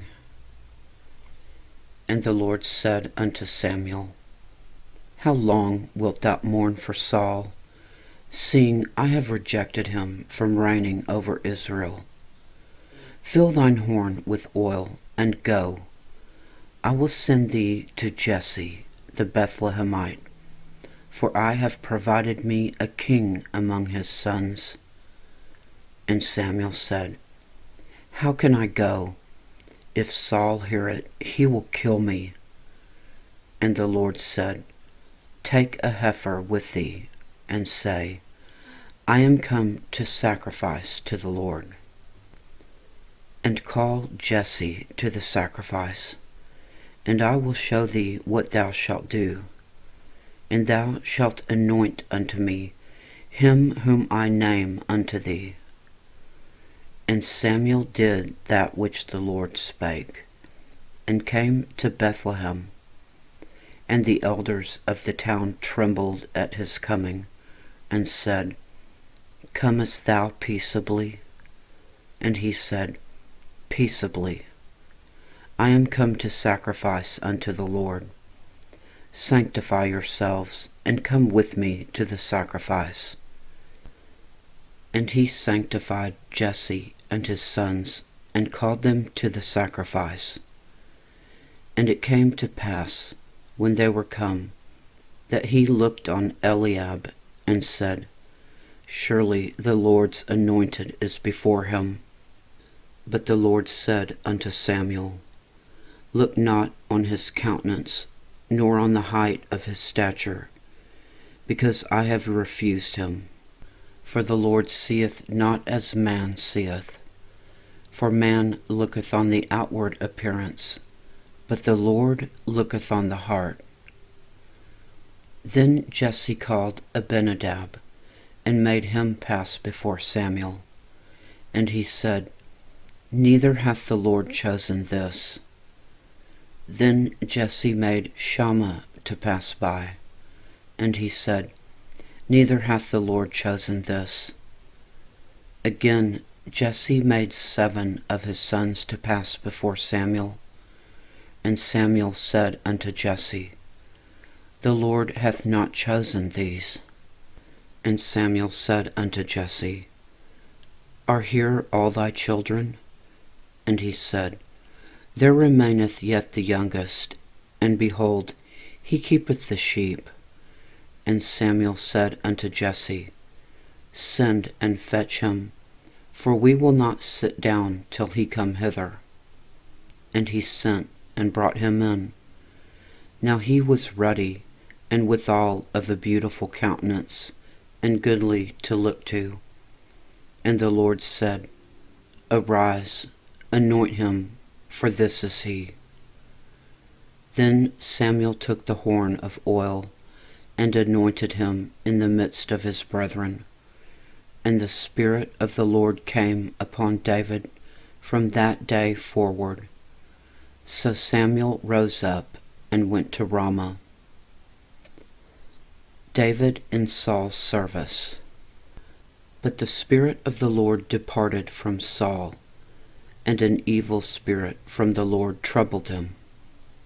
And Saul's servants said unto him, Behold now, an evil spirit from God troubleth thee. Let our Lord now command thy servants, which are before thee, to seek out a man, who is a cunning player on a harp. And it shall come to pass, when the evil spirit from God is upon thee, that he shall play with his hand, and thou shalt be well. And Saul said unto his servants, Provide me now a man that can play well, and bring him to me. Then answered one of the servants, and said, Behold, I have seen a son of Jesse the Bethlehemite, that is cunning in playing, and a mighty valiant man, a man of war, and prudent in matters, and a comely person, and the Lord is with him. Wherefore Saul sent messengers unto Jesse, and said, Send me David thy son, which is with the sheep. And Jesse took an ass laden with bread, and a bottle of wine, and a kid, and sent them by David his son unto Saul. And David came to Saul, and stood before him. And he loved him greatly, and he became his armor-bearer. And Saul sent to Jesse, saying, Let David, I pray thee, stand before me, for he hath found favor in my sight. And it came to pass, when the evil spirit from God was upon Saul, that David took a harp, and played with his hand. So Saul was refreshed, and was well, and the evil spirit departed from him. Chapter 17. David and Goliath. Now the Philistines gathered together their armies to battle, and were gathered together at Shochoh, which belongeth to Judah, and pitched between Shochoh and Azekah, in Ephes Dammim. And Saul and the men of Israel were gathered together, and pitched by the valley of Elah, and set the battle in array against the Philistines. And the Philistines stood on a mountain on the one side, and Israel stood on a mountain on the other side, and there was a valley between them. And there went out a champion out of the camp of the Philistines, named Goliath of Gath, whose height was 6 cubits and a span. And he had a helmet of brass upon his head, and he was armed with a coat of mail, and the weight of the coat was 5,000 shekels of brass. And he had greaves of brass upon his legs, and a target of brass between his shoulders. And the staff of his spear was like a weaver's beam, and his spear's head weighed 600 shekels of iron. And one bearing a shield went before him. And he stood and cried unto the armies of Israel, and said unto them, Why are ye come out to set your battle in array? Am not I a Philistine, and ye servants to Saul? Choose you a man for you, and let him come down to me. If he be able to fight with me, and to kill me, then will we be your servants. But if I prevail against him, and kill him, then shall ye be our servants, and serve us. And the Philistines said, I defy the armies of Israel this day. Give me a man, that we may fight together. When Saul and all Israel heard those words of the Philistine, they were dismayed and greatly afraid. Now David was the son of that Ephrathite of Bethlehem, Judah, whose name was Jesse, and he had 8 sons. And the man went among men for an old man in the days of Saul. And the 3 eldest sons of Jesse went and followed Saul to battle. And the names of his 3 sons that went to battle were Eliab the firstborn, and next to him Abinadab, and the 3rd Shammah. And David was the youngest, and the 3 eldest followed Saul. But David went and returned from Saul to feed his father's sheep at Bethlehem. And the Philistine drew near morning and evening, and presented himself 40 days. And Jesse said unto David his son, Take now for thy brethren an ephah of this parched corn, and these 10 loaves, and run to the camp to thy brethren. And carry these 10 cheeses unto the captain of their 1,000, and look how thy brethren fare, and take their pledge. Now Saul and they and all the men of Israel were in the valley of Elah, fighting with the Philistines. And David rose up early in the morning, and left the sheep with a keeper, and took, and went as Jesse had commanded him. And he came to the trench, as the host was going forth to the fight, and shouted for the battle. For Israel and the Philistines had put the battle in array, army against army. And David left his carriage in the hand of the keeper of the carriage, and ran into the army, and came and saluted his brethren. And as he talked with them, behold, there came up the champion, the Philistine of Gath, Goliath by name, out of the armies of the Philistines, and spake according to the same words, and David heard them. And all the men of Israel, when they saw the man, fled from him, and were sore afraid. And the men of Israel said, Have ye seen this man that is come up? Surely to defy Israel is he come up. And it shall be, that the man who killeth him, the king will enrich him with great riches, and will give him his daughter, and make his father's house free in Israel. And David spake to the men that stood by him, saying, What shall be done to the man that killeth this Philistine, and taketh away the reproach from Israel? For who is this uncircumcised Philistine, that he should defy the armies of the living God? And the people answered him after this manner, saying, So shall it be done to the man that killeth him. And Eliab his eldest brother heard when he spake unto the men. And Eliab's anger was kindled against David, and he said, Why camest thou down hither? And with whom hast thou left those few sheep in the wilderness? I know thy pride, and thy naughtiness of thine heart, for thou art come down that thou mightest see the battle. And David said, What have I now done?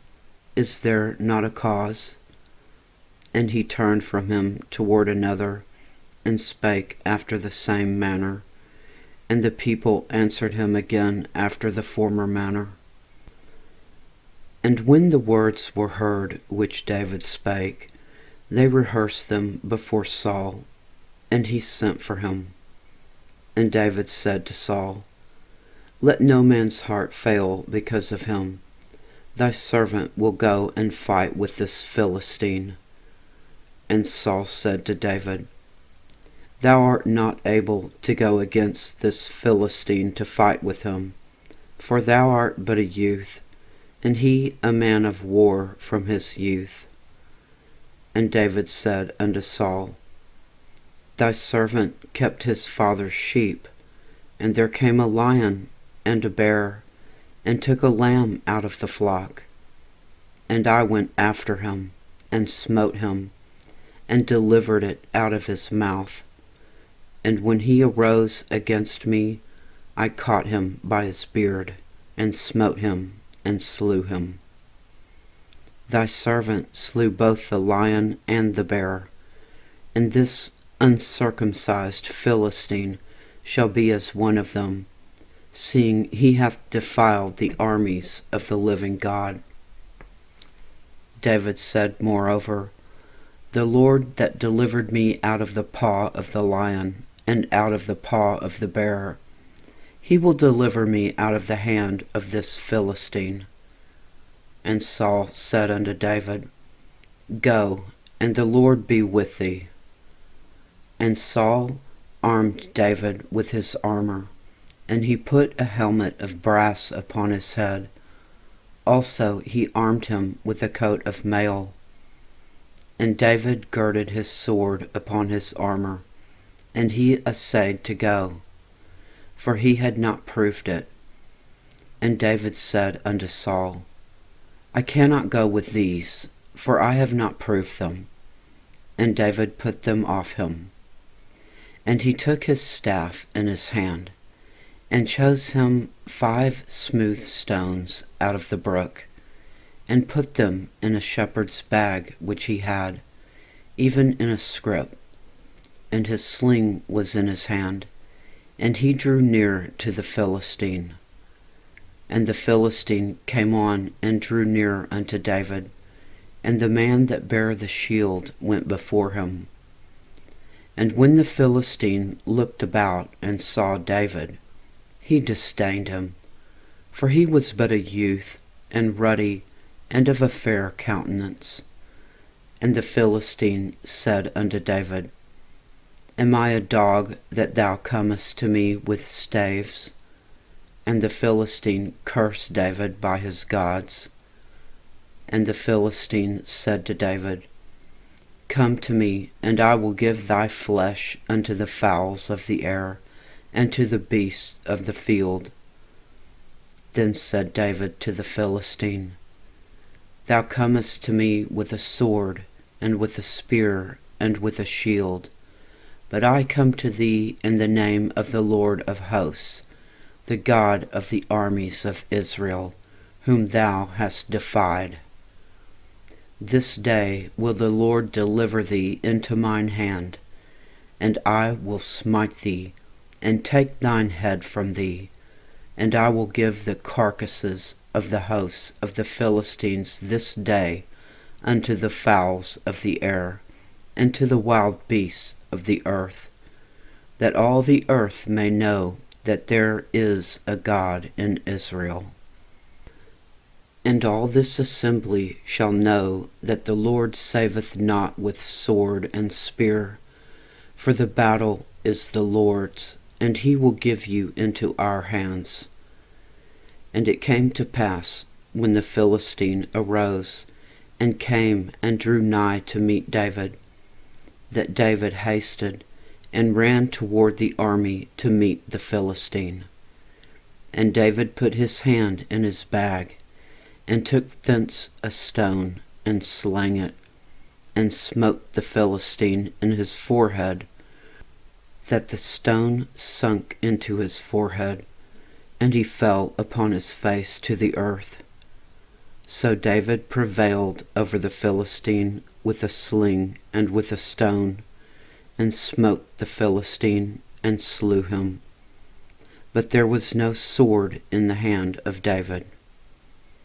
Therefore David ran, and stood upon the Philistine, and took his sword, and drew it out of the sheath thereof, and slew him, and cut off his head therewith. And when the Philistines saw their champion was dead, they fled. And the men of Israel and of Judah arose and shouted, and pursued the Philistines, until thou come to the valley, and to the gates of Ekron. And the wounded of the Philistines fell down by the way to Sharaim, even unto Gath, and unto Ekron. And the children of Israel returned from chasing after the Philistines, and they spoiled their tents. And David took the head of the Philistine, and brought it to Jerusalem. But he put his armor in his tent. And when Saul saw David go forth against the Philistine, he said unto Abner the captain of the host, Abner, whose son is this youth? And Abner said, As thy soul liveth, O king, I cannot tell. And the king said, Inquire thou whose son the stripling is. And as David returned from the slaughter of the Philistine, Abner took him, and brought him before Saul with the head of the Philistine in his hand. And Saul said to him, Whose son art thou, thou young man? And David answered, I am the son of thy servant Jesse, the Bethlehemite. Chapter 18. David and Jonathan's friendship. And it came to pass, when he had made an end of speaking unto Saul, that the soul of Jonathan was knit with the soul of David, and Jonathan loved him as his own soul. And Saul took him that day, and would let him go no more home to his father's house. And Jonathan and David made a covenant, because he loved him as his own soul. And Jonathan stripped himself of the robe that was upon him, and gave it to David, and his garments, even to his sword, and to his bow, and to his girdle. And David went whithersoever Saul sent him, and behaved himself wisely. And Saul set him over the men of war, and he was accepted in the sight of all the people, and also in the sight of Saul's servants. Saul's jealousy of David. And it came to pass, as they came, when David was returned from the slaughter of the Philistine, that the women came out of all the cities of Israel, singing and dancing to meet King Saul, with tabrets, with joy, and with instruments of music. And the women answered one another as they played, and said, Saul has slain his thousands, and David his 10,000s. And Saul was very wroth, and the saying displeased him. And he said, They have ascribed unto David 10,000s, and to me they have ascribed but thousands. And what can he have more but the kingdom? And Saul eyed David from that day and forward. And it came to pass on the morrow that the evil spirit from God came upon Saul, and he prophesied in the midst of the house. And David played with his hand as at other times, and there was a javelin in Saul's hand. And Saul cast the javelin, for he said, I will smite David even to the wall with it. And David avoided out of his presence twice. And Saul was afraid of David, because the Lord was with him, and was departed from Saul. Therefore Saul removed him from him, and made him his captain over 1,000. And he went out and came in before the people. And David behaved himself wisely in all his ways, and the Lord was with him. Wherefore, when Saul saw that he behaved himself very wisely, he was afraid of him. But all Israel and Judah loved David, because he went out and came in before them. David marries Michal. And Saul said to David, Behold, my elder daughter Merab, her I will give thee to wife. Only be thou valiant for me, and fight the Lord's battles. For Saul said, Let not mine hand be upon him, but let the hand of the Philistines be upon him. And David said unto Saul, Who am I, and what is my life, or my father's family in Israel, that I should be son-in-law to the king? But it came to pass, at the time when Merab, Saul's daughter, should have been given to David, that she was given unto Adriel the Meholite to wife. And Michal, Saul's daughter, loved David, and they told Saul, and the thing pleased him. And Saul said, I will give him her, that she may be a snare to him, and that the hand of the Philistines may be against him. Wherefore Saul said to David, Thou shalt this day be my son-in-law in the one of the twain. And Saul commanded his servants, saying, Commune with David secretly, and say, Behold, the king hath delight in thee, and all his servants love thee. Now therefore be the king's son-in-law. And Saul's servants spake those words in the ears of David. And David said, Seemeth it to you a light thing to be a king's son-in-law, seeing that I am a poor man, and lightly esteemed? And the servants of Saul told him, saying, On this manner spake David. And Saul said, Thus shall ye say to David, The king desireth not any dowry, but 100 foreskins of the Philistines, to be avenged of the king's enemies. But Saul thought to make David fall by the hand of the Philistines. And when his servants told David these words, it pleased David well to be the king's son-in-law, and the days were not expired.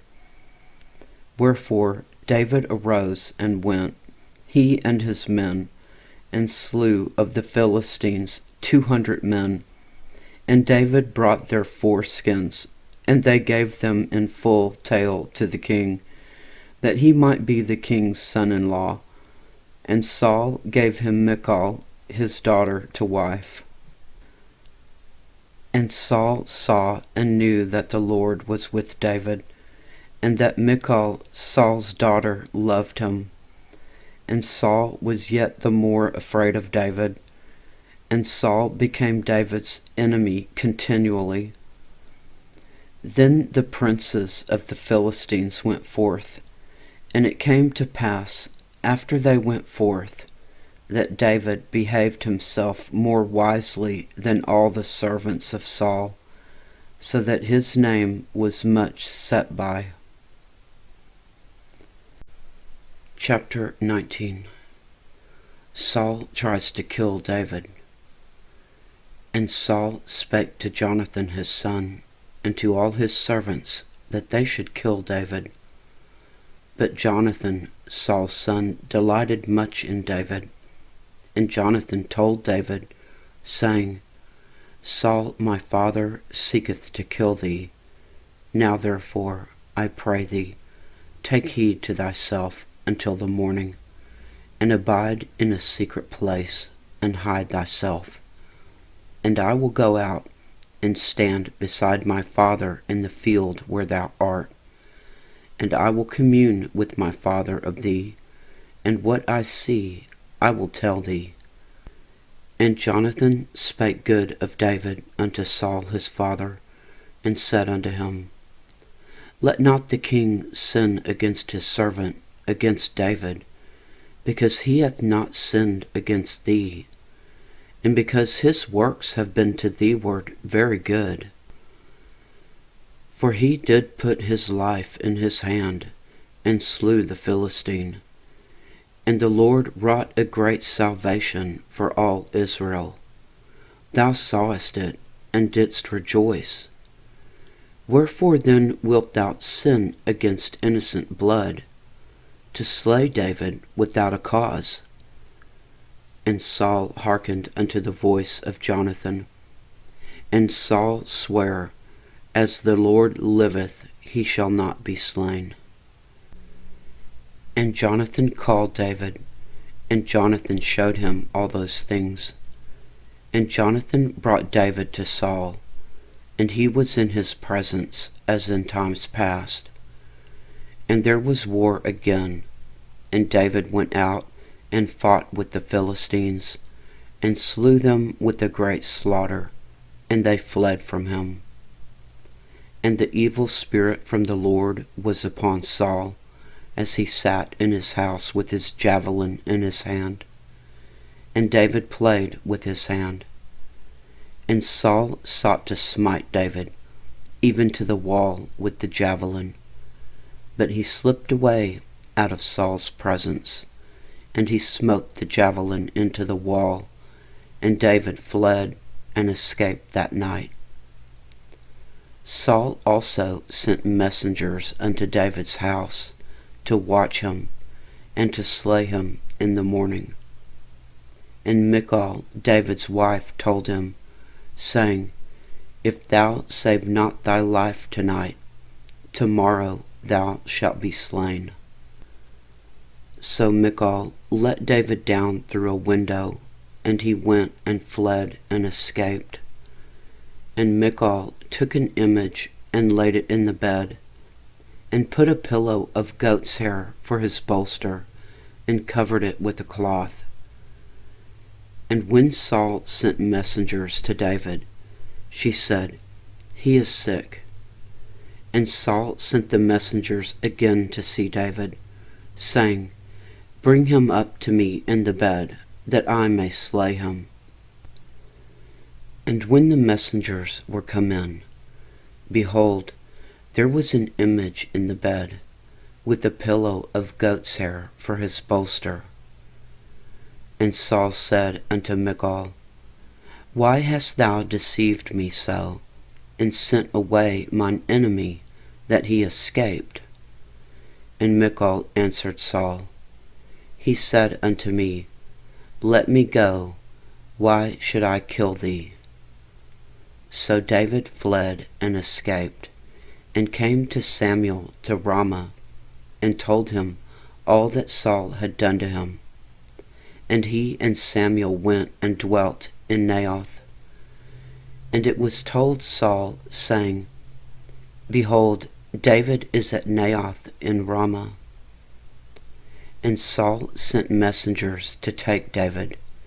And when they saw the company of the prophets prophesying, and Samuel standing as appointed over them, the Spirit of God was upon the messengers of Saul, and they also prophesied. And when it was told Saul, he sent other messengers, and they prophesied likewise. And Saul sent messengers again the third time, and they prophesied also. Then went he also to Ramah, and came to a great well that is in Seku. And he asked and said, Where are Samuel and David? And one said, Behold, they be at Naioth in Ramah. And he went thither to Naioth in Ramah, and the Spirit of God was upon him also, and he went on and prophesied, until he came to Naioth in Ramah. And he stripped off his clothes also, and prophesied before Samuel in like manner, and lay down naked all that day and all that night. Wherefore they say, Is Saul also among the prophets? Chapter 20. Jonathan warns David. And David fled from Naioth in Ramah, and came and said before Jonathan, What have I done? What is mine iniquity? And what is my sin before thy father, that he seeketh my life? And he said unto him, God forbid, thou shalt not die. Behold, my father will do nothing, either great or small, that he will show it me. And why should my father hide this thing from me? It is not so. And David sware moreover, and said, Thy father certainly knoweth that I have found grace in thine eyes. And he saith, Let not Jonathan know this, lest he be grieved. But truly, as the Lord liveth, and as thy soul liveth, there is but a step between me and death. Then said Jonathan unto David, Whatsoever thy soul desireth, I will even do it for thee. And David said unto Jonathan, Behold, tomorrow is the new moon, and I should not fail to sit with the king at meat.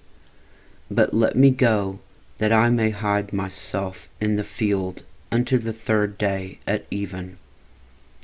If thy father at all miss me, then say, David earnestly asked leave of me, that he might run to Bethlehem his city, for there is a yearly sacrifice there for all the family. And he say thus, It is well. Thy servant shall have peace. But if he be very wroth, then be sure that evil is determined by him. Therefore thou shalt deal kindly with thy servant, for thou hast brought thy servant into a covenant of the Lord with thee. Notwithstanding, if there be in me iniquity, slay me thyself, for why shouldest thou bring me to thy father? And Jonathan said, Far be it from thee, For if I knew certainly that evil were determined by my father to come upon thee, then would not I tell it thee? Then said David to Jonathan, Who shall tell me? Or what if thy father answer thee roughly? And Jonathan said unto David, Come, and let us go out into the field. And they went out, both of them, into the field. And Jonathan said unto David, O Lord God of Israel, when I have sounded my father about tomorrow any time, or the third day, and behold, if there be good toward David, and I then send not unto thee, and show it thee, the Lord do so, and much more to Jonathan. But if it please my father to do thee evil, then I will show it thee, and send thee away, that thou mayest go in peace. And the Lord be with thee, as he hath been with my father. And thou shalt not only while yet I live show me kindness of the Lord, that I die not, but also thou shalt not cut off thy kindness from my house forever. No, not when the Lord hath cut off the enemies of David, every one from the face of the earth. So Jonathan made a covenant with the house of David, saying, Let the Lord even require it at the hand of David's enemies. And Jonathan caused David to swear again, because he loved him, for he loved him as he loved his own soul. Then Jonathan said to David, Tomorrow is the new moon, and thou shalt be missed, because thy seat will be empty.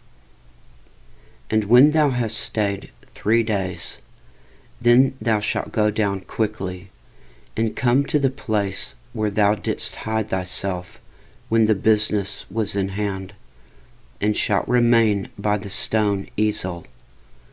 And I will shoot 3 arrows on the side thereof, as though I shot at a mark.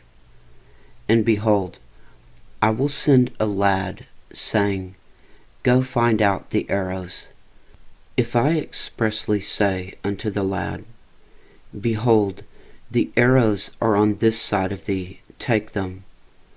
Then come thou, for there is peace to thee, and no hurt, as the Lord liveth.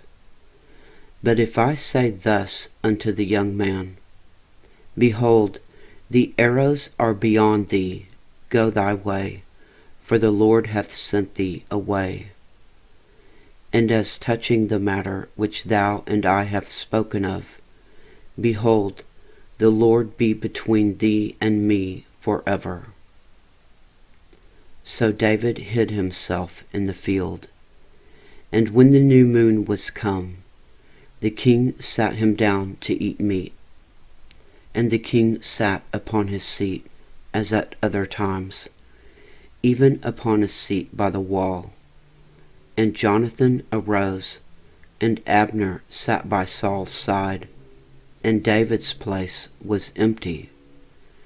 Nevertheless, Saul spake not anything that day, for he thought, Something hath befallen him. He is not clean. Surely he is not clean. And it came to pass on the morrow, which was the 2nd day of the month, that David's place was empty. And Saul said unto Jonathan his son, Wherefore cometh not the son of Jesse to meat, neither yesterday nor today? And Jonathan answered Saul, David earnestly asked leave of me to go to Bethlehem. And he said, Let me go, I pray thee, for our family hath a sacrifice in the city, and my brother, he hath commanded me to be there. And now, if I have found favor in thine eyes, let me get away, I pray thee, and see my brethren. Therefore he cometh not unto the king's table. Then Saul's anger was kindled against Jonathan, and he said unto him, Thou son of the perverse, rebellious woman, do not I know that thou hast chosen the son of Jesse to thine own confusion, and unto the confusion of thy mother's nakedness? For as long as the son of Jesse liveth upon the ground, thou shalt not be established, nor thy kingdom. Wherefore now send and fetch him unto me, for he shall surely die. And Jonathan answered Saul his father, and said unto him, Wherefore shall he be slain? What hath he done? And Saul cast a javelin at him to smite him, whereby Jonathan knew that it was determined of his father to slay David. So Jonathan arose from the table in fierce anger, and did eat no meat the 2nd day of the month. And he was grieved for David, because his father had done him shame. And it came to pass in the morning, that Jonathan went out into the field at the time appointed with David, and a little lad with him. And he said unto the lad, Run, find out now the arrows which I shoot. And as the lad ran, he shot an arrow beyond him. And when the lad was come to the place of the arrow which Jonathan had shot, Jonathan cried after the lad, and said, Is not the arrow beyond thee? And Jonathan cried after the lad, Make speed, haste, stay not. And Jonathan's lad gathered up the arrows, and came to his master. But the lad knew not anything, only Jonathan and David knew the matter. And Jonathan gave his artillery unto his lad, and said unto him, Go, carry them to the city. And as soon as the lad was gone, David arose out of a place toward the south, and fell on his face to the ground, and bowed himself 3 times. And they kissed one another, and wept one with another, until David exceeded.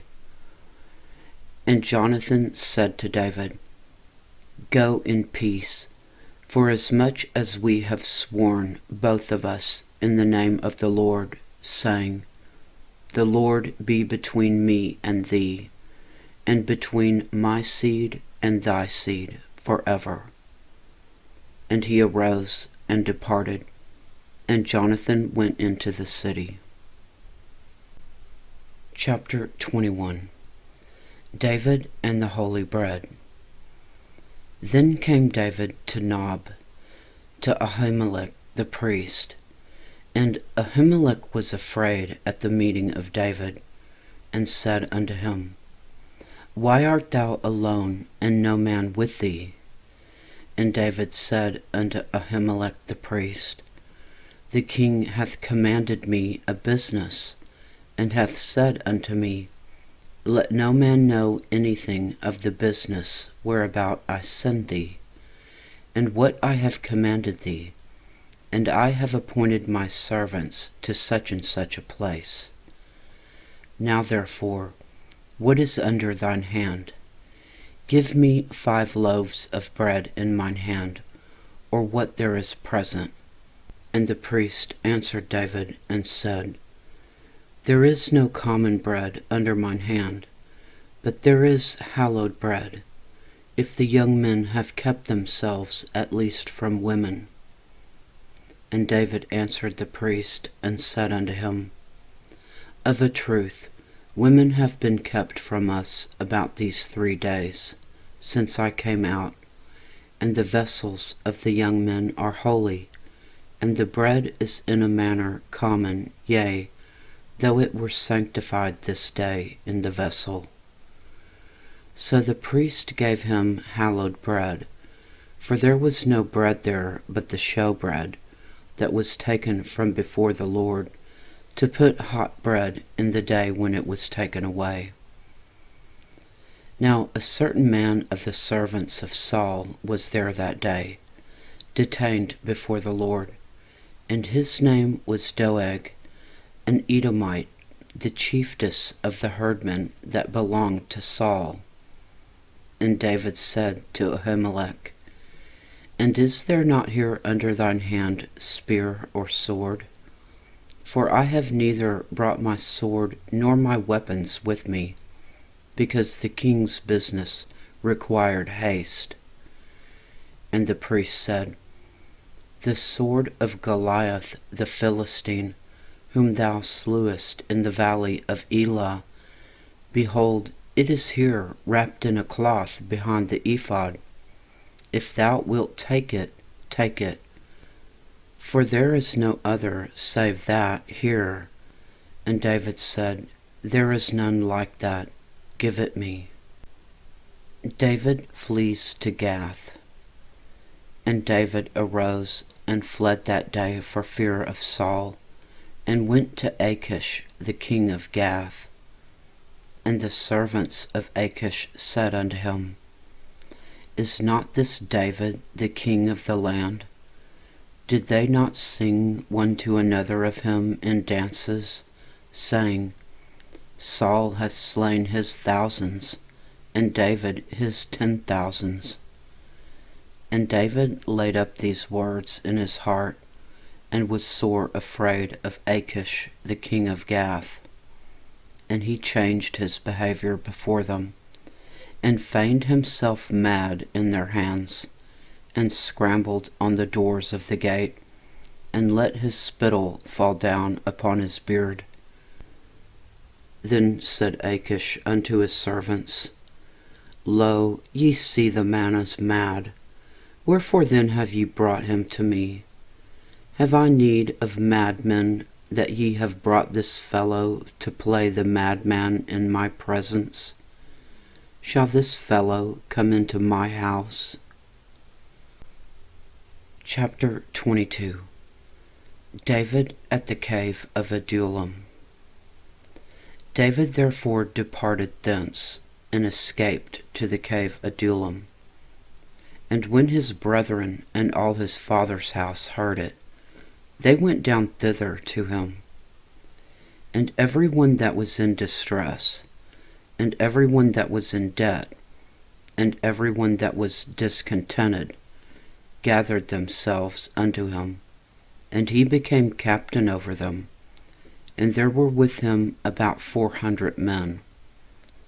And David went thence to Mizpah of Moab, and he said unto the king of Moab, Let my father and my mother, I pray thee, come forth, and be with you, till I know what God will do for me.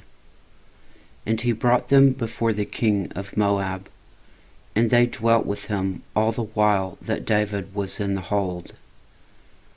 And the prophet Gad said unto David, Abide not in the hold, depart, and get thee into the land of Judah.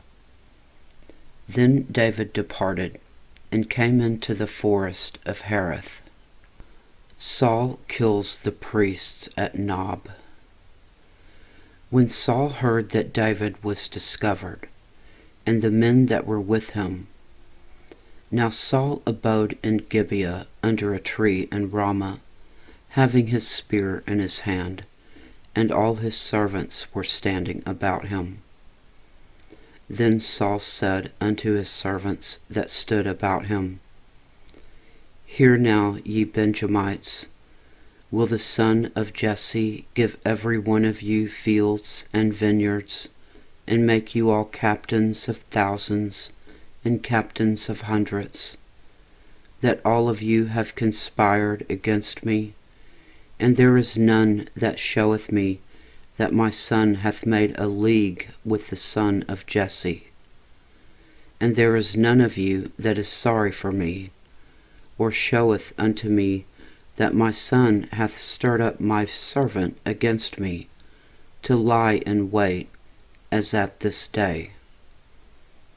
Then answered Doeg the Edomite, which was set over the servants of Saul, and said, I saw the son of Jesse coming to Nob, to Ahimelech the son of Ahitub. And he inquired of the Lord for him, and gave him victuals, and gave him the sword of Goliath the Philistine.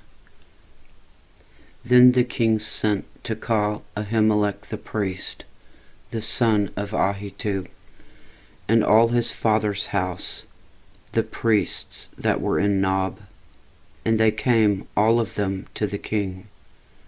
And Saul said, Hear now, thou son of Ahitub. And he answered, Here I am, my lord. And Saul said unto him, Why have ye conspired against me, thou and the son of Jesse, in that thou hast given him bread and a sword, and hast inquired of God for him, that he should rise against me, to lie in wait as at this day? Then Ahimelech answered the king and said, And who is so faithful among all thy servants as David, which is the king's son-in-law, and goeth at thy bidding, and is honorable in thine house? Did I then begin to inquire of God for him? Be it far from me. Let not the king impute anything unto his servant, nor to all the house of my father. For thy servant knew nothing of all this, less or more. And the king said, Thou shalt surely die, Ahimelech, thou and all thy father's house. And the king said unto the footmen that stood about him, Turn and slay the priests of the Lord, because their hand also is with David, and because they knew when he fled, and did not show it to me. But the servants of the king would not put forth their hand to fall upon the priests of the Lord. And the king said to Doeg, Turn thou and fall upon the priests. And Doeg the Edomite turned, and he fell upon the priests, and slew on that day fourscore and 5 persons that did wear a linen ephod. And Nob, the city of the priests, smote he with the edge of the sword, both men and women, children and sucklings, and oxen and asses and sheep with the edge of the sword. And one of the sons of Ahimelech, the son of Ahitub, named Abiathar, escaped and fled after David. And Abiathar showed David that Saul had slain the Lord's priests. And David said unto Abiathar, I knew it that day, when Doeg the Edomite was there, that he would surely tell Saul, I have occasioned the death of all the persons of thy father's house. Abide thou with me, fear not, for he that seeketh my life seeketh thy life, but with me thou shalt be in safeguard. Chapter 23. David saves the city of Keilah. Then they told David, saying, Behold, the Philistines fight against Keilah, and they rob the threshing floors. Therefore David inquired of the Lord, saying, Shall I go and smite these Philistines? And the Lord said unto David, Go and smite the Philistines, and save Keilah. And David's men said unto him, Behold, we be afraid here in Judah. How much more then if we come to Keilah against the armies of the Philistines? Then David inquired of the Lord yet again. And the Lord answered him and said, Arise, go down to Keilah, for I will deliver the Philistines into thine hand. So David and his men went to Keilah, and fought with the Philistines, and brought away their cattle, and smote them with a great slaughter, So David saved the inhabitants of Keilah. And it came to pass, when Abiathar the son of Ahimelech fled to David to Keilah, that he came down with an ephod in his hand. And it was told Saul that David was come to Keilah. And Saul said, God hath delivered him into mine hand, for he is shut in by entering into a town that hath gates and bars. And Saul called all the people together to war, to go down to Keilah, to besiege David and his men. And David knew that Saul secretly practiced mischief against him. And he said to Abiathar the priest, Bring hither the ephod. Then said David, O Lord God of Israel, thy servant hath certainly heard that Saul seeketh to come to Keilah, to destroy the city for my sake. Will the men of Keilah deliver me up into his hand? Will Saul come down as thy servant hath heard? O Lord God of Israel, I beseech thee, tell thy servant. And the Lord said, He will come down. Then said David, Will the men of Keilah deliver me and my men into the hand of Saul? And the Lord said, They will deliver thee up. Then David and his men, which were about 600, arose and departed out of Keilah, and went whithersoever they could go. And it was told Saul that David was escaped from Keilah, and he forbare to go forth. And David abode in the wilderness in strongholds, and remained in a mountain in the wilderness of Ziph. And Saul sought him every day, but God delivered him not into his hand. Saul pursues David. And David saw that Saul was come out to seek his life, and David was in the wilderness of Ziph in a wood. And Jonathan, Saul's son, arose, and went to David into the wood, and strengthened his hand in God. And he said unto him, Fear not, for the hand of Saul my father shall not find thee, and thou shalt be king over Israel, and I shall be next unto thee. And that also Saul my father knoweth. And they two made a covenant before the Lord. And David abode in the wood, and Jonathan went to his house. Then came up the Ziphites to Saul to Gibeah, saying, Doth not David hide himself with us in strongholds in the wood, in the hill of Achilah, which is on the south of Jeshimon? Now therefore, O king, come down according to all the desire of thy soul to come down, and our part shall be to deliver him into the king's hand. And Saul said, Blessed be ye of the Lord, for ye have compassion on me.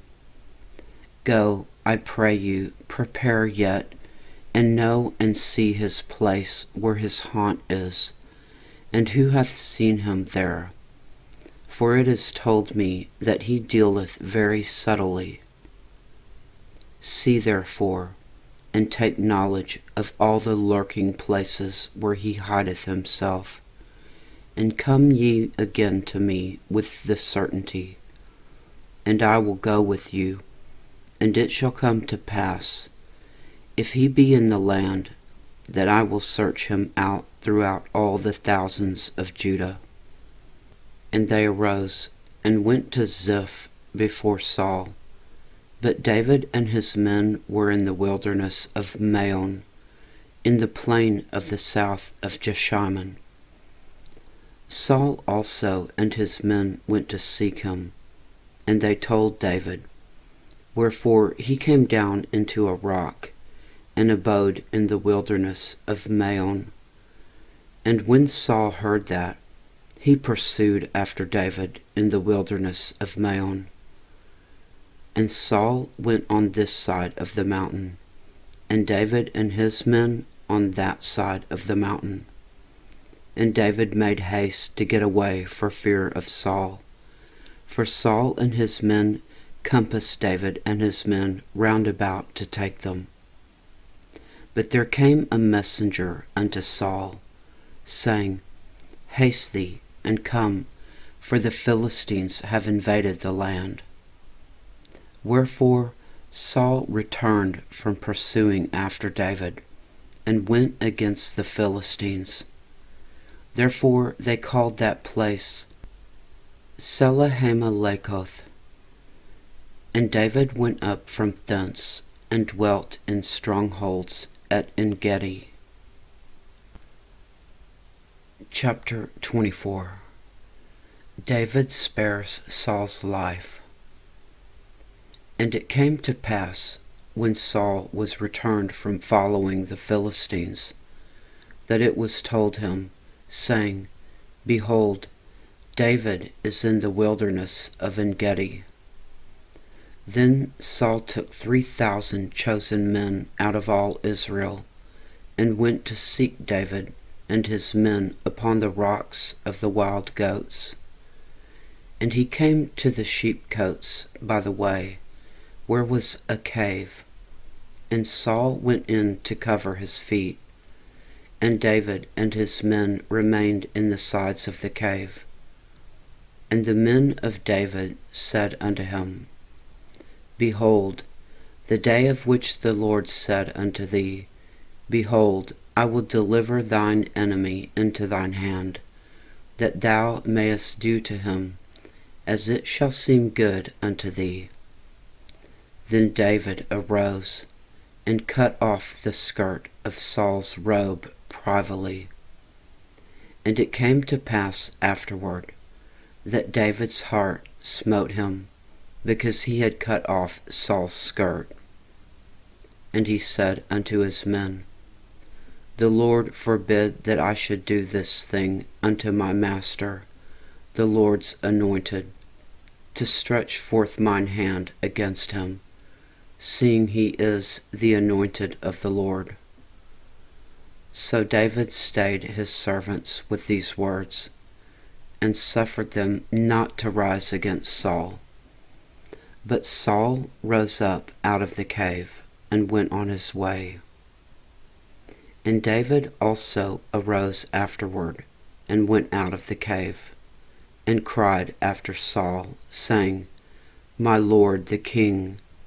And when Saul looked behind him, David stooped with his face to the earth, and bowed himself. And David said to Saul, Wherefore hearest thou men's words, saying, Behold, David seeketh thy hurt? Behold, this day thine eyes have seen how that the Lord had delivered thee today into mine hand in the cave. And some bade me kill thee, but mine eye spared thee. And I said, I will not put forth mine hand against my Lord, for he is the Lord's anointed. Moreover, my father, see the skirt of thy robe in my hand, for in that I cut off the skirt of thy robe, and killed thee not. Know thou and see that there is neither evil nor transgression in mine hand, and I have not sinned against thee, yet thou huntest my soul to take it. The Lord judge between me and thee, and the Lord avenge me of thee. But mine hand shall not be upon thee. As saith the proverb of the ancients, Wickedness proceedeth from the wicked, but mine hand shall not be upon thee. After whom is the king of Israel come out? After whom dost thou pursue? after a dead dog, after a flea. The Lord therefore be judge, and judge between me and thee, and see, and plead my cause, and deliver me out of thine hand. And it came to pass, when David had made an end of speaking these words unto Saul, that Saul said, Is this thy voice, my son David? And Saul lifted up his voice and wept. And he said to David, Thou art more righteous than I, for thou hast rewarded me good, whereas I have rewarded thee evil. And thou hast showed this day how that thou hast dealt well with me. Forasmuch as when the Lord had delivered me into thine hand, thou killedst me not. For if a man find his enemy, will he let him go well away? Wherefore the Lord reward thee good, for that thou hast done unto me this day.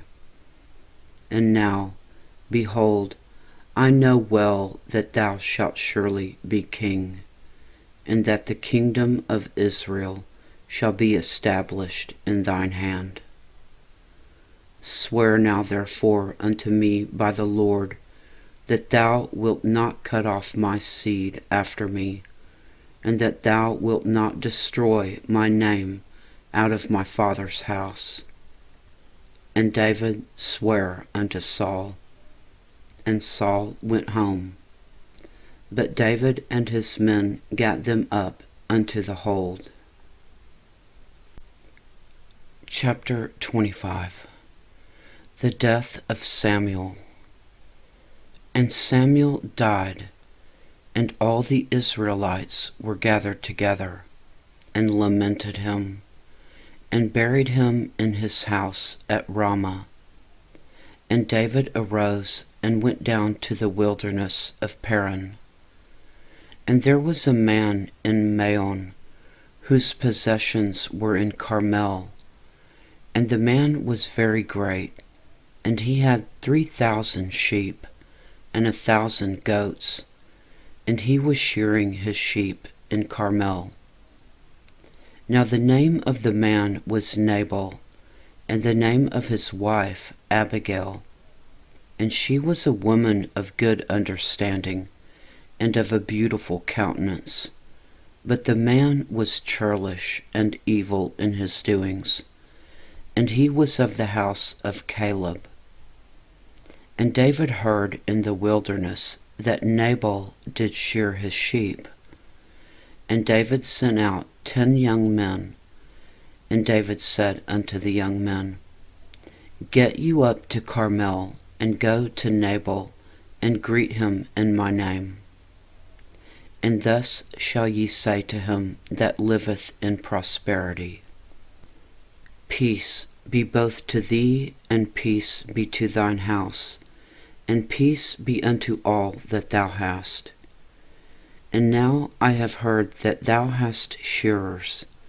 Now thy shepherds which were with us, we hurt them not, neither was there aught missing unto them, all the while they were in Carmel. Ask thy young men, and they will show thee. Wherefore let the young men find favor in thine eyes. For we come in a good day. Give, I pray thee, whatsoever cometh to thine hand unto thy servants, and to thy son David. And when David's young men came, they spake to Nabal according to all those words in the name of David, and ceased. And Nabal answered David's servants, and said, Who is David? And who is the son of Jesse? There be many servants nowadays that break away every man from his master. Shall I then take my bread and my water and my flesh that I have killed for my shearers, and give it unto men whom I know not whence they be? So David's young men turned their way, and went again, and came and told him all those sayings.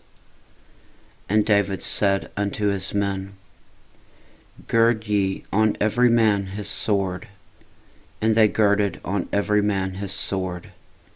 And David also girded on his sword. And there went up after David about 400 men, and 200 abode by the stuff.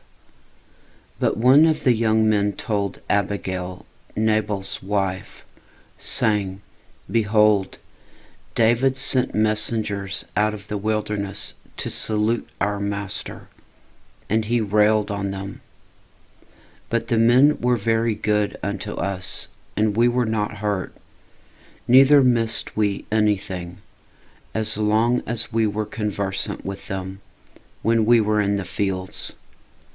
They were a wall unto us by night and day, all the while we were with them keeping the sheep. Now therefore, know and consider what thou wilt do, for evil is determined against our master, and against all his household. For he is such a son of Belial, that a man cannot speak to him.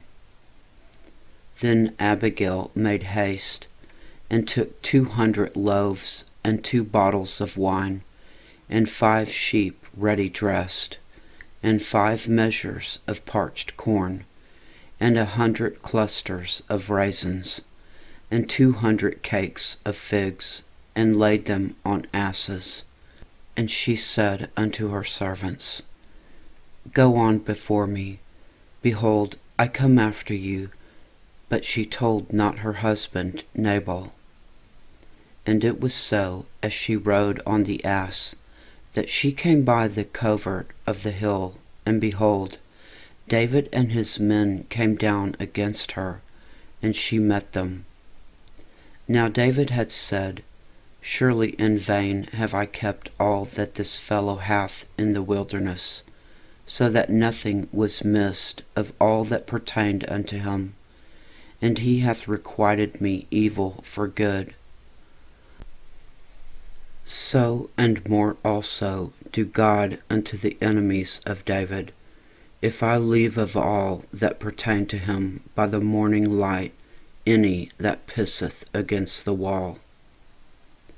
And when Abigail saw David, she hasted, and lighted off the ass, and fell before David on her face, and bowed herself to the ground, and fell at his feet, and said, Upon me, my Lord, upon me let this iniquity be, and let thine handmaid, I pray thee, speak in thine audience, and hear the words of thine handmaid. Let not my Lord, I pray thee, regard this man of Belial, even Nabal, for as his name is, so is he. Nabal is his name, and folly is with him. But I, thine handmaid, saw not the young men of my Lord, whom thou didst send. Now therefore, my Lord, as the Lord liveth, and as thy soul liveth, seeing the Lord hath withholden thee from coming to shed blood, and from avenging thyself with thine own hand, now let thine enemies, and they that seek evil to my Lord, be as Nabal. And now this blessing which thine handmaid hath brought unto my Lord, let it even be given unto the young men that follow my Lord. I pray thee, forgive the trespass of thine handmaid, for the Lord will certainly make my Lord a sure house, because my Lord fighteth the battles of the Lord, and evil hath not been found in thee all thy days. Yet a man is risen to pursue thee, and to seek thy soul. But the soul of my Lord shall be bound in the bundle of life with the Lord thy God, and the souls of thine enemies, them shall he sling out, as out of the middle of a sling. And it shall come to pass, when the Lord shall have done to my Lord according to all the good that he hath spoken concerning thee, and shall have appointed thee ruler over Israel, that this shall be no grief unto thee, nor offence of heart unto my Lord, either that thou hast shed blood causeless, or that my Lord hath avenged himself. But when the Lord shall have dealt well with my Lord, then remember thine handmaid. And David said to Abigail, Blessed be the Lord God of Israel, which sent thee this day to meet me. And blessed be thy advice, and blessed be thou, which hast kept me this day from coming to shed blood, and from avenging myself with mine own hand.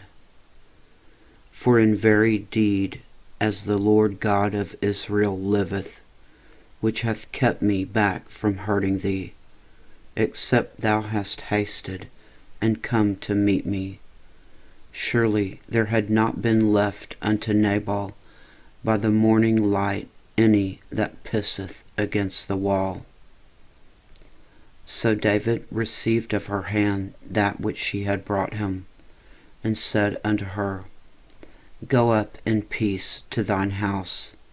See, I have hearkened to thy voice, and have accepted thy person. And Abigail came to Nabal, and behold, he held a feast in his house, like the feast of a king. And Nabal's heart was merry within him, for he was very drunken. Wherefore she told him nothing, less or more, until the morning light.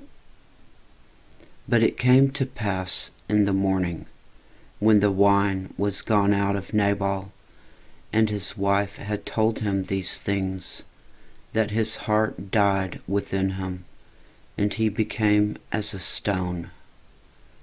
And it came to pass about 10 days after, that the Lord smote Nabal, that he died.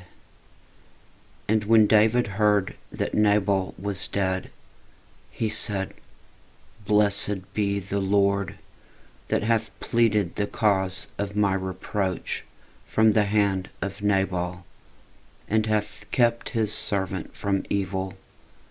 For the Lord hath returned the wickedness of Nabal upon his own head.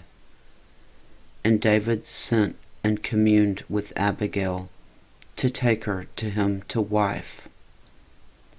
And when the servants of David were come to Abigail to Carmel, they spake unto her, saying, David sent us to thee, to take thee to him to wife. And she arose, and bowed herself on her face to the earth, and said, Behold, let thine handmaid be a servant to wash the feet of the servants of my Lord. And Abigail hasted, and arose, and rode upon an ass, with 5 damsels of hers that went after her. And she went after the messengers of David, and became his wife. David also took Ahinoam of Jezreel, and they were also both of them his wives. But Saul had given him Michal his daughter, David's wife, to Phalti, the son of Laish, which was of Gallim.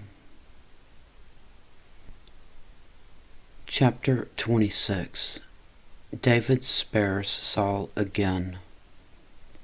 And the Ziphites came unto Saul to Gibeah, saying, Doth not David hide himself in the hill of Achilah, which is before Jeshimon?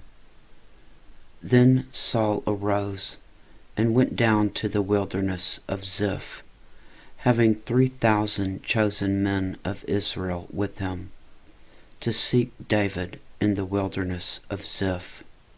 And Saul pitched in the hill of Aquila, which is before Jeshimon by the way. But David abode in the wilderness, and he saw that Saul came after him into the wilderness. David therefore sent out spies, and understood that Saul was come in very deed. And David arose, and came to the place where Saul had pitched.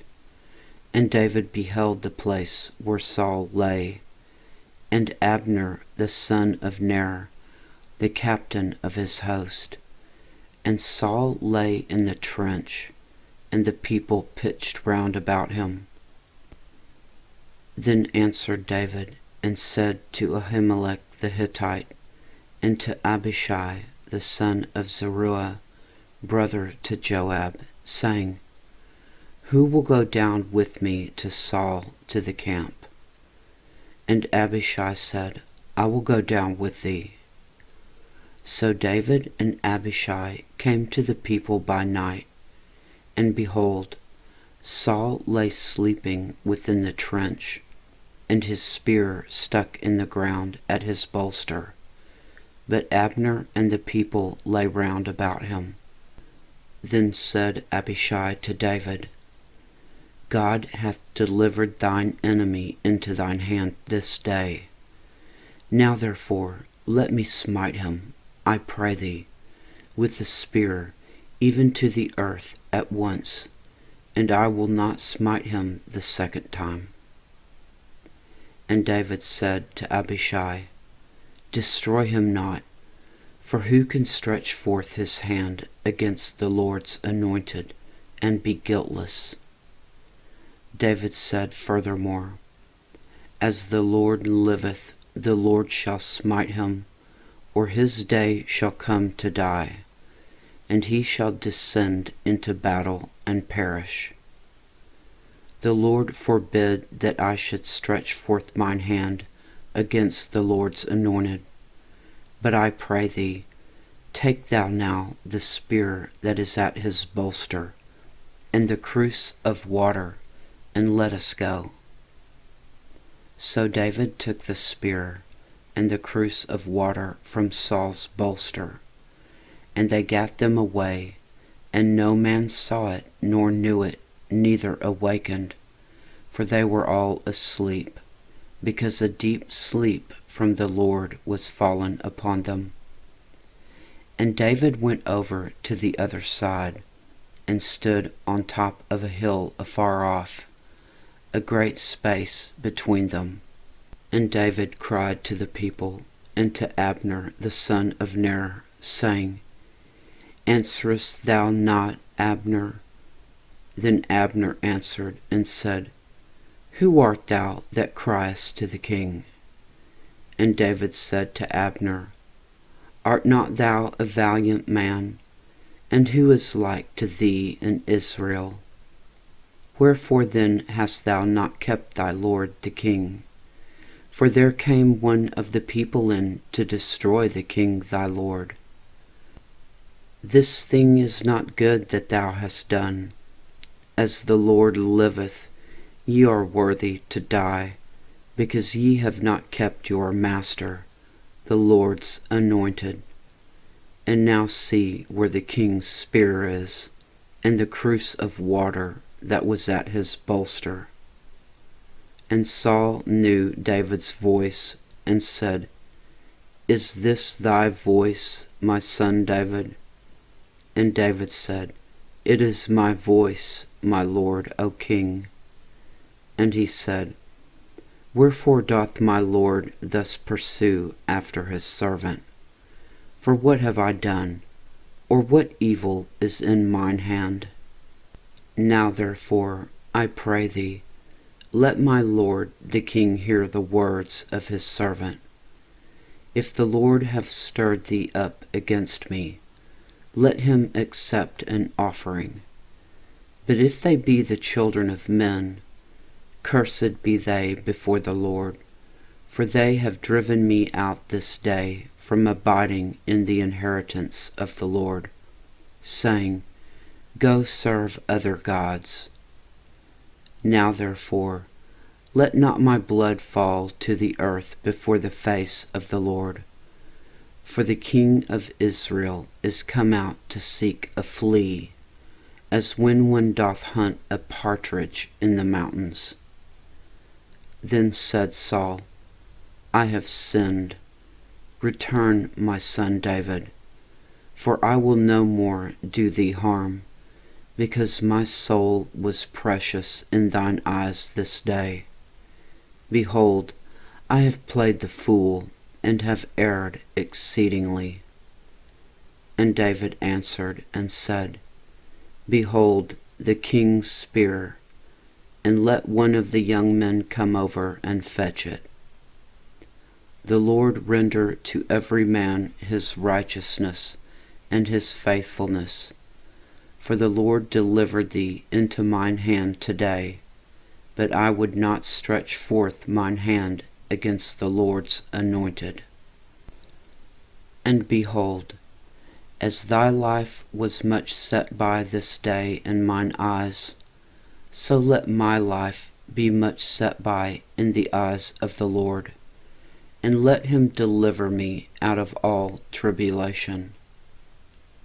Then Saul said to David, Blessed be thou, my son David. Thou shalt both do great things, and also shalt still prevail.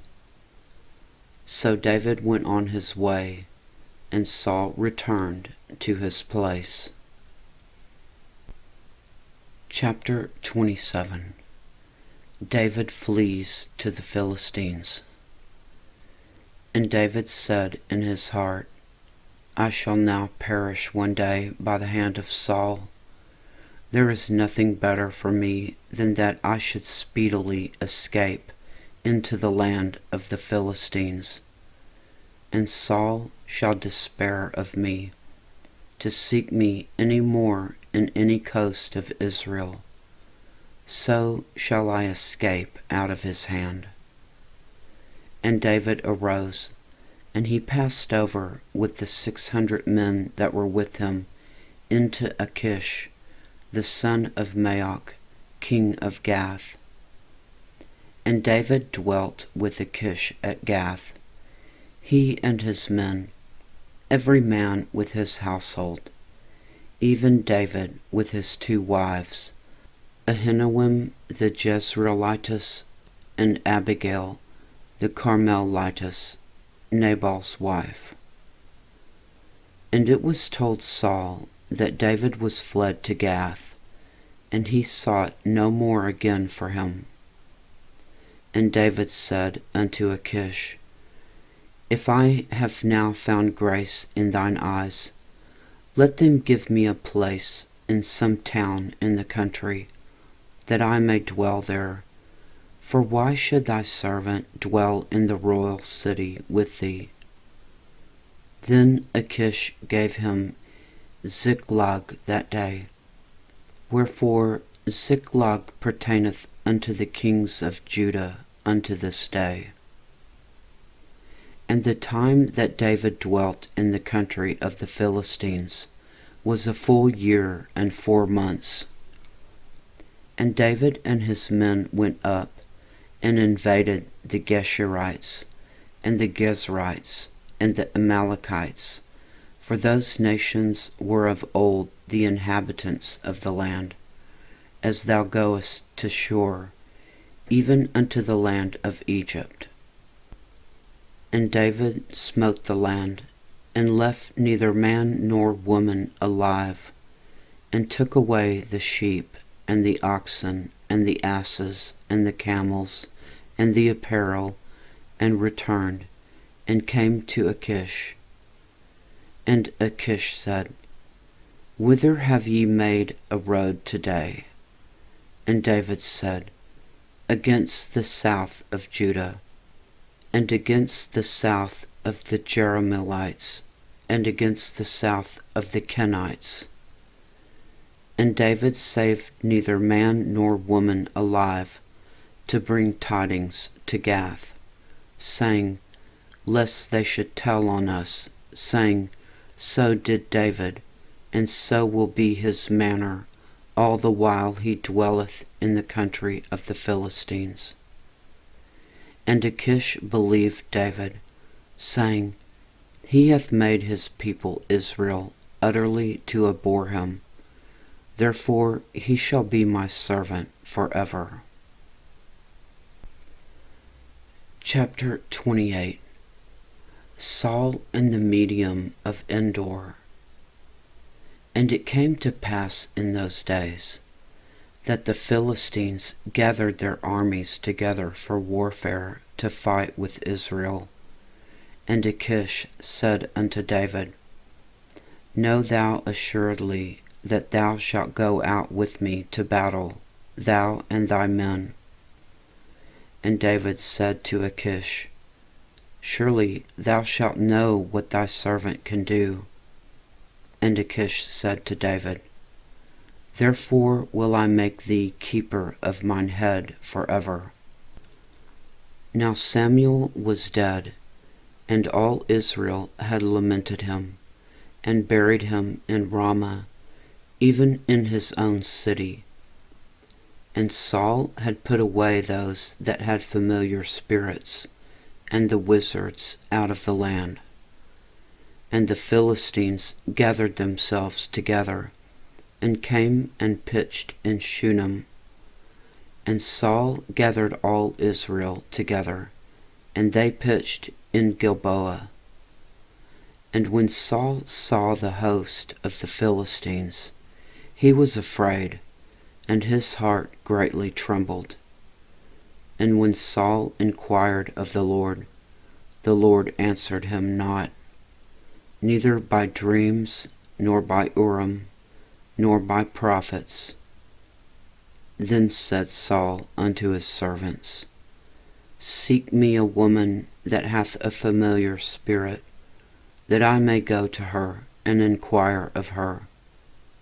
And his servants said to him, Behold, there is a woman that hath a familiar spirit at Endor. And Saul disguised himself, and put on other raiment, and he went, and 2 men with him. And they came to the woman by night. And he said, I pray thee, divine unto me by the familiar spirit, and bring me him up, whom I shall name unto thee. And the woman said unto him, Behold, thou knowest what Saul hath done, how he hath cut off those that have familiar spirits, and the wizards out of the land. Wherefore then layest thou a snare for my life, to cause me to die? And Saul sware to her by the Lord, saying, As the Lord liveth, there shall no punishment happen to thee for this thing. Then said the woman, Whom shall I bring up unto thee? And he said, Bring me up Samuel. And when the woman saw Samuel, she cried with a loud voice. And the woman spake to Saul, saying, Why hast thou deceived me? For thou art Saul. And the king said unto her, Be not afraid, for what sawest thou? And the woman said unto Saul, I saw gods ascending out of the earth. And he said unto her, What form is he of?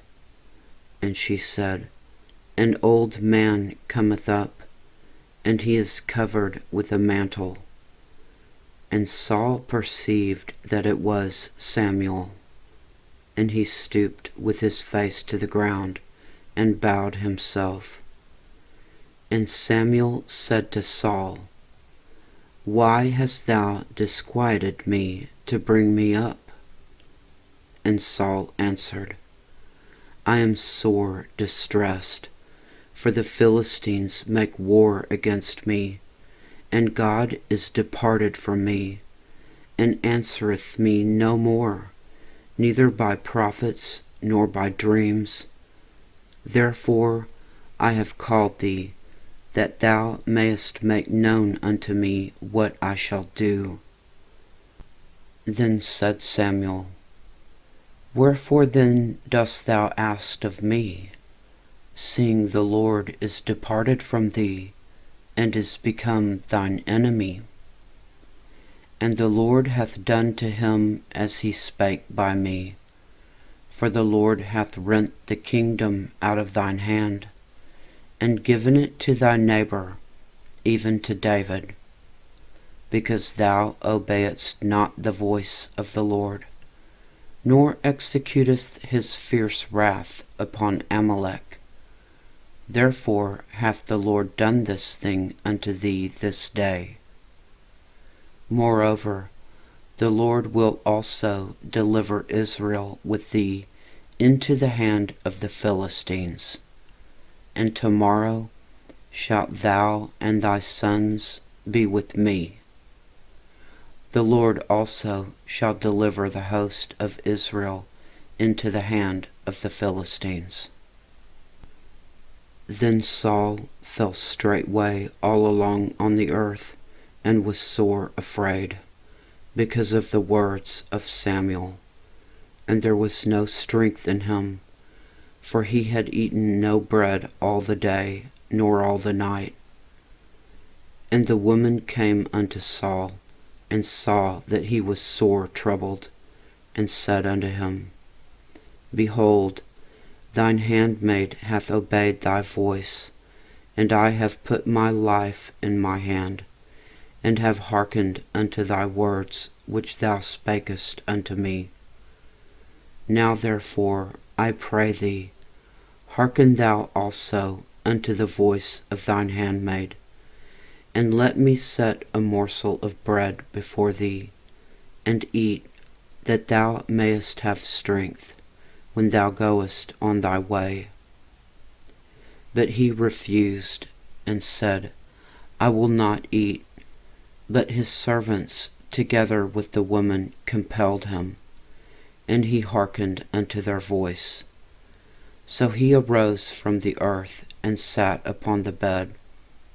And the woman had a fat calf in the house, and she hasted, and killed it, and took flour, and kneaded it, and did bake unleavened bread thereof.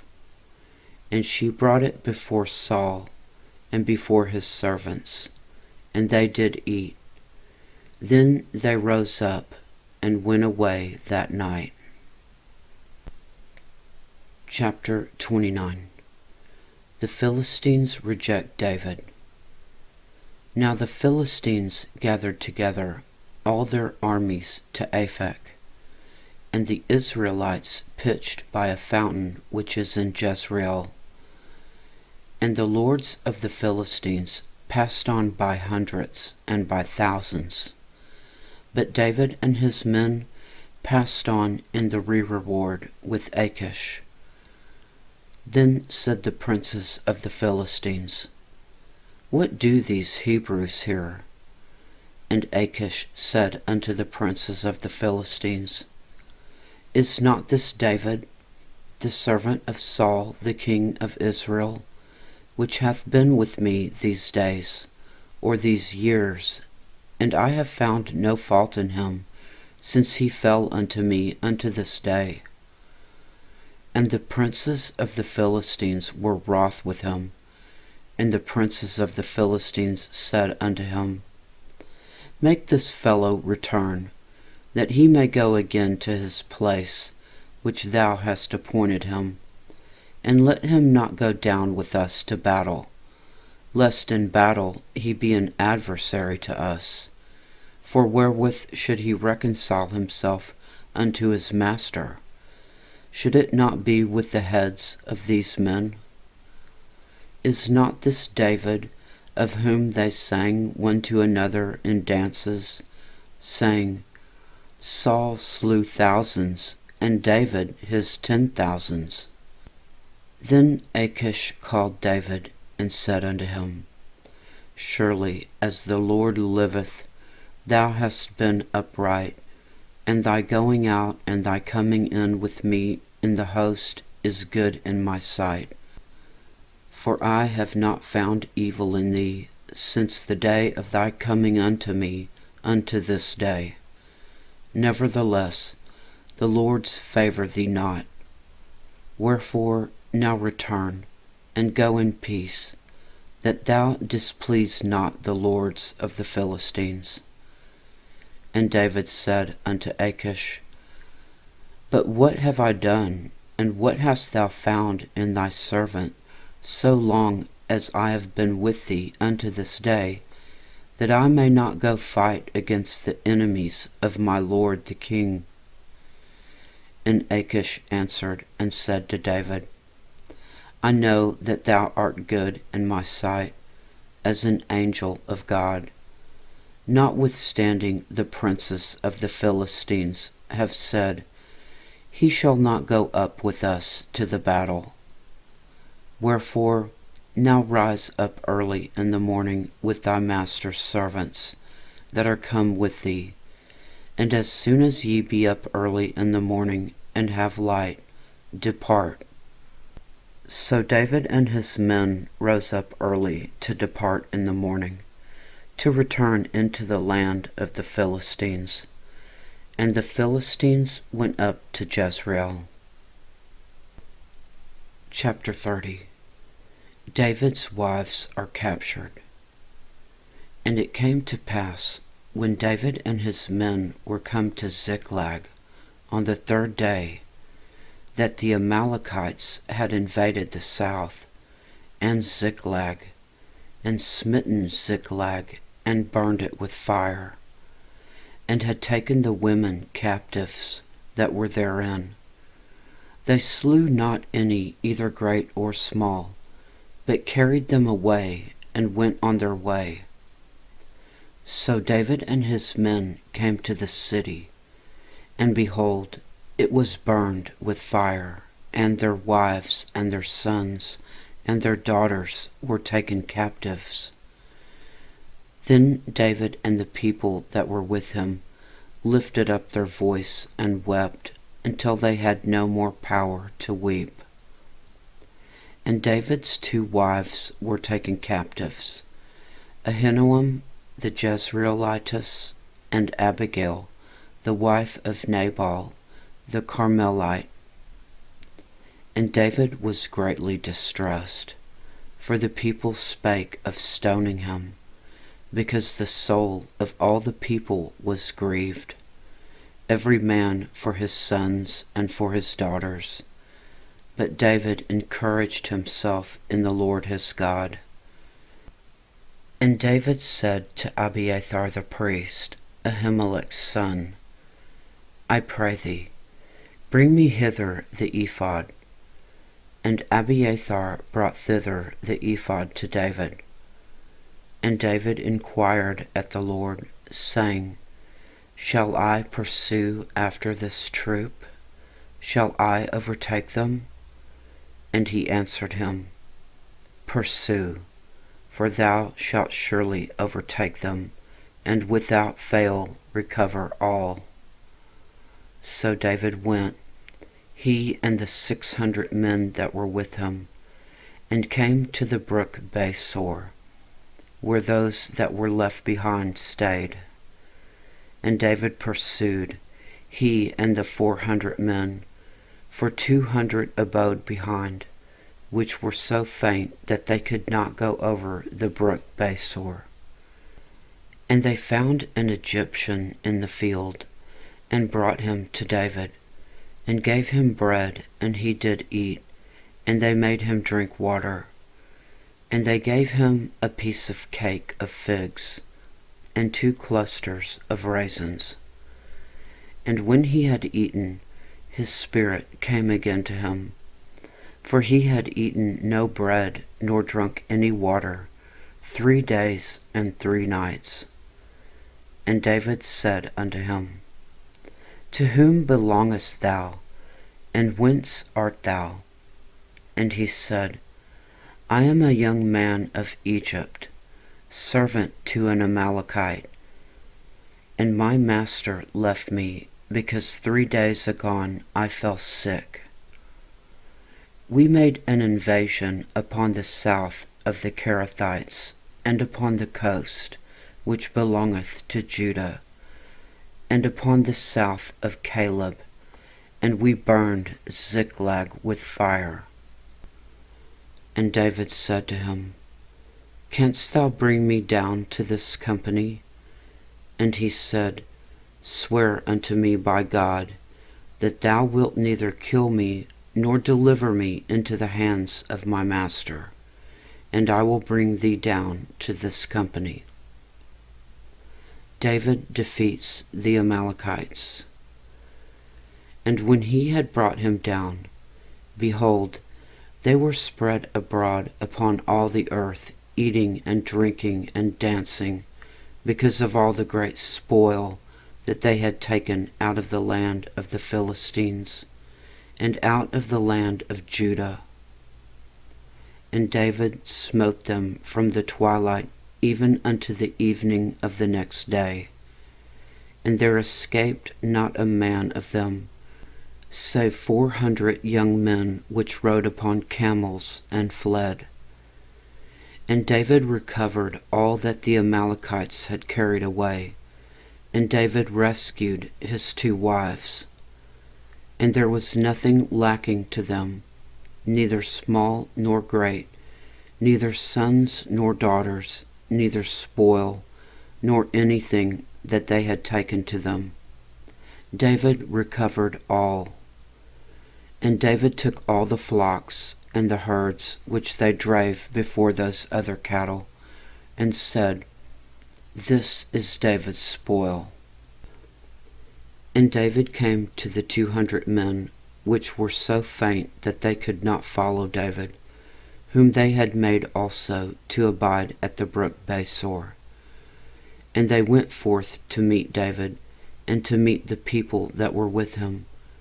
And when David came near to the people, he saluted them.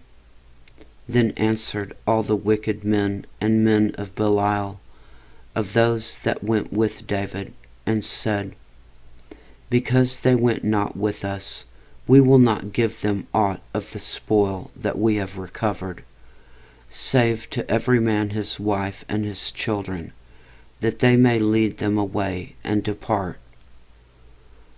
Then said David, Ye shall not do so, my brethren, with that which the Lord hath given us, who hath preserved us, and delivered the company that came against us into our hand. For who will hearken unto you in this matter? But as his part is that goeth down to battle, so shall his part be that tarrieth by the stuff. They shall part alike. And it was so from that day forward, that he made it a statute and an ordinance for Israel unto this day. And when David came to Ziklag, he sent of the spoil unto the elders of Judah, even to his friends, saying, Behold, a present for you of the spoil of the enemies of the Lord.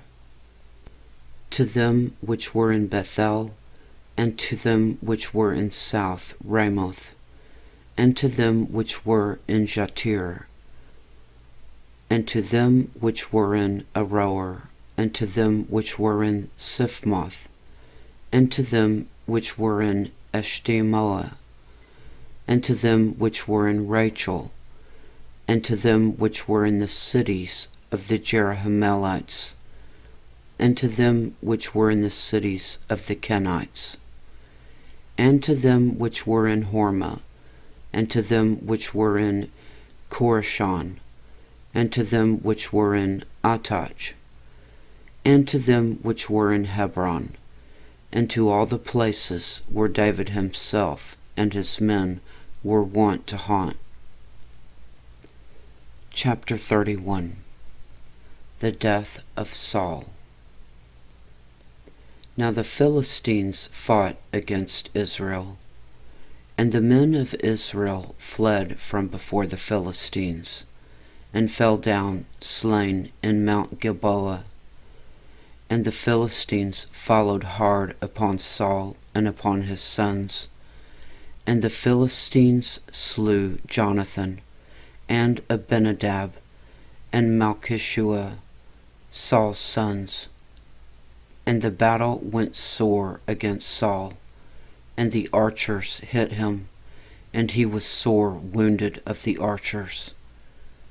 Then said Saul unto his armor-bearer, Draw thy sword, and thrust me through therewith, lest these uncircumcised come and thrust me through, and abuse me. But his armor-bearer would not, for he was sore afraid. Therefore Saul took a sword and fell upon it. And when his armor-bearer saw that Saul was dead, he fell likewise upon his sword, and died with him. So Saul died, and his 3 sons, and his armor-bearer, and all his men that same day together. And when the men of Israel that were on the other side of the valley, and they that were on the other side Jordan, saw that the men of Israel fled, and that Saul and his sons were dead, they forsook the cities and fled, and the Philistines came and dwelt in them. And it came to pass on the morrow, when the Philistines came to strip the slain, that they found Saul and his 3 sons fallen in Mount Gilboa. And they cut off his head, and stripped off his armor, and sent into the land of the Philistines round about, to publish it in the house of their idols, and among the people. And they put his armor in the house of Ashtaroth, and they fastened his body to the wall of Bethshan. And when the inhabitants of Jabesh Gilead heard of that which the Philistines had done to Saul, all the valiant men arose, and went all night, and took the body of Saul, and the bodies of his sons from the wall of Bethshan, and came to Jabesh, and burnt them there.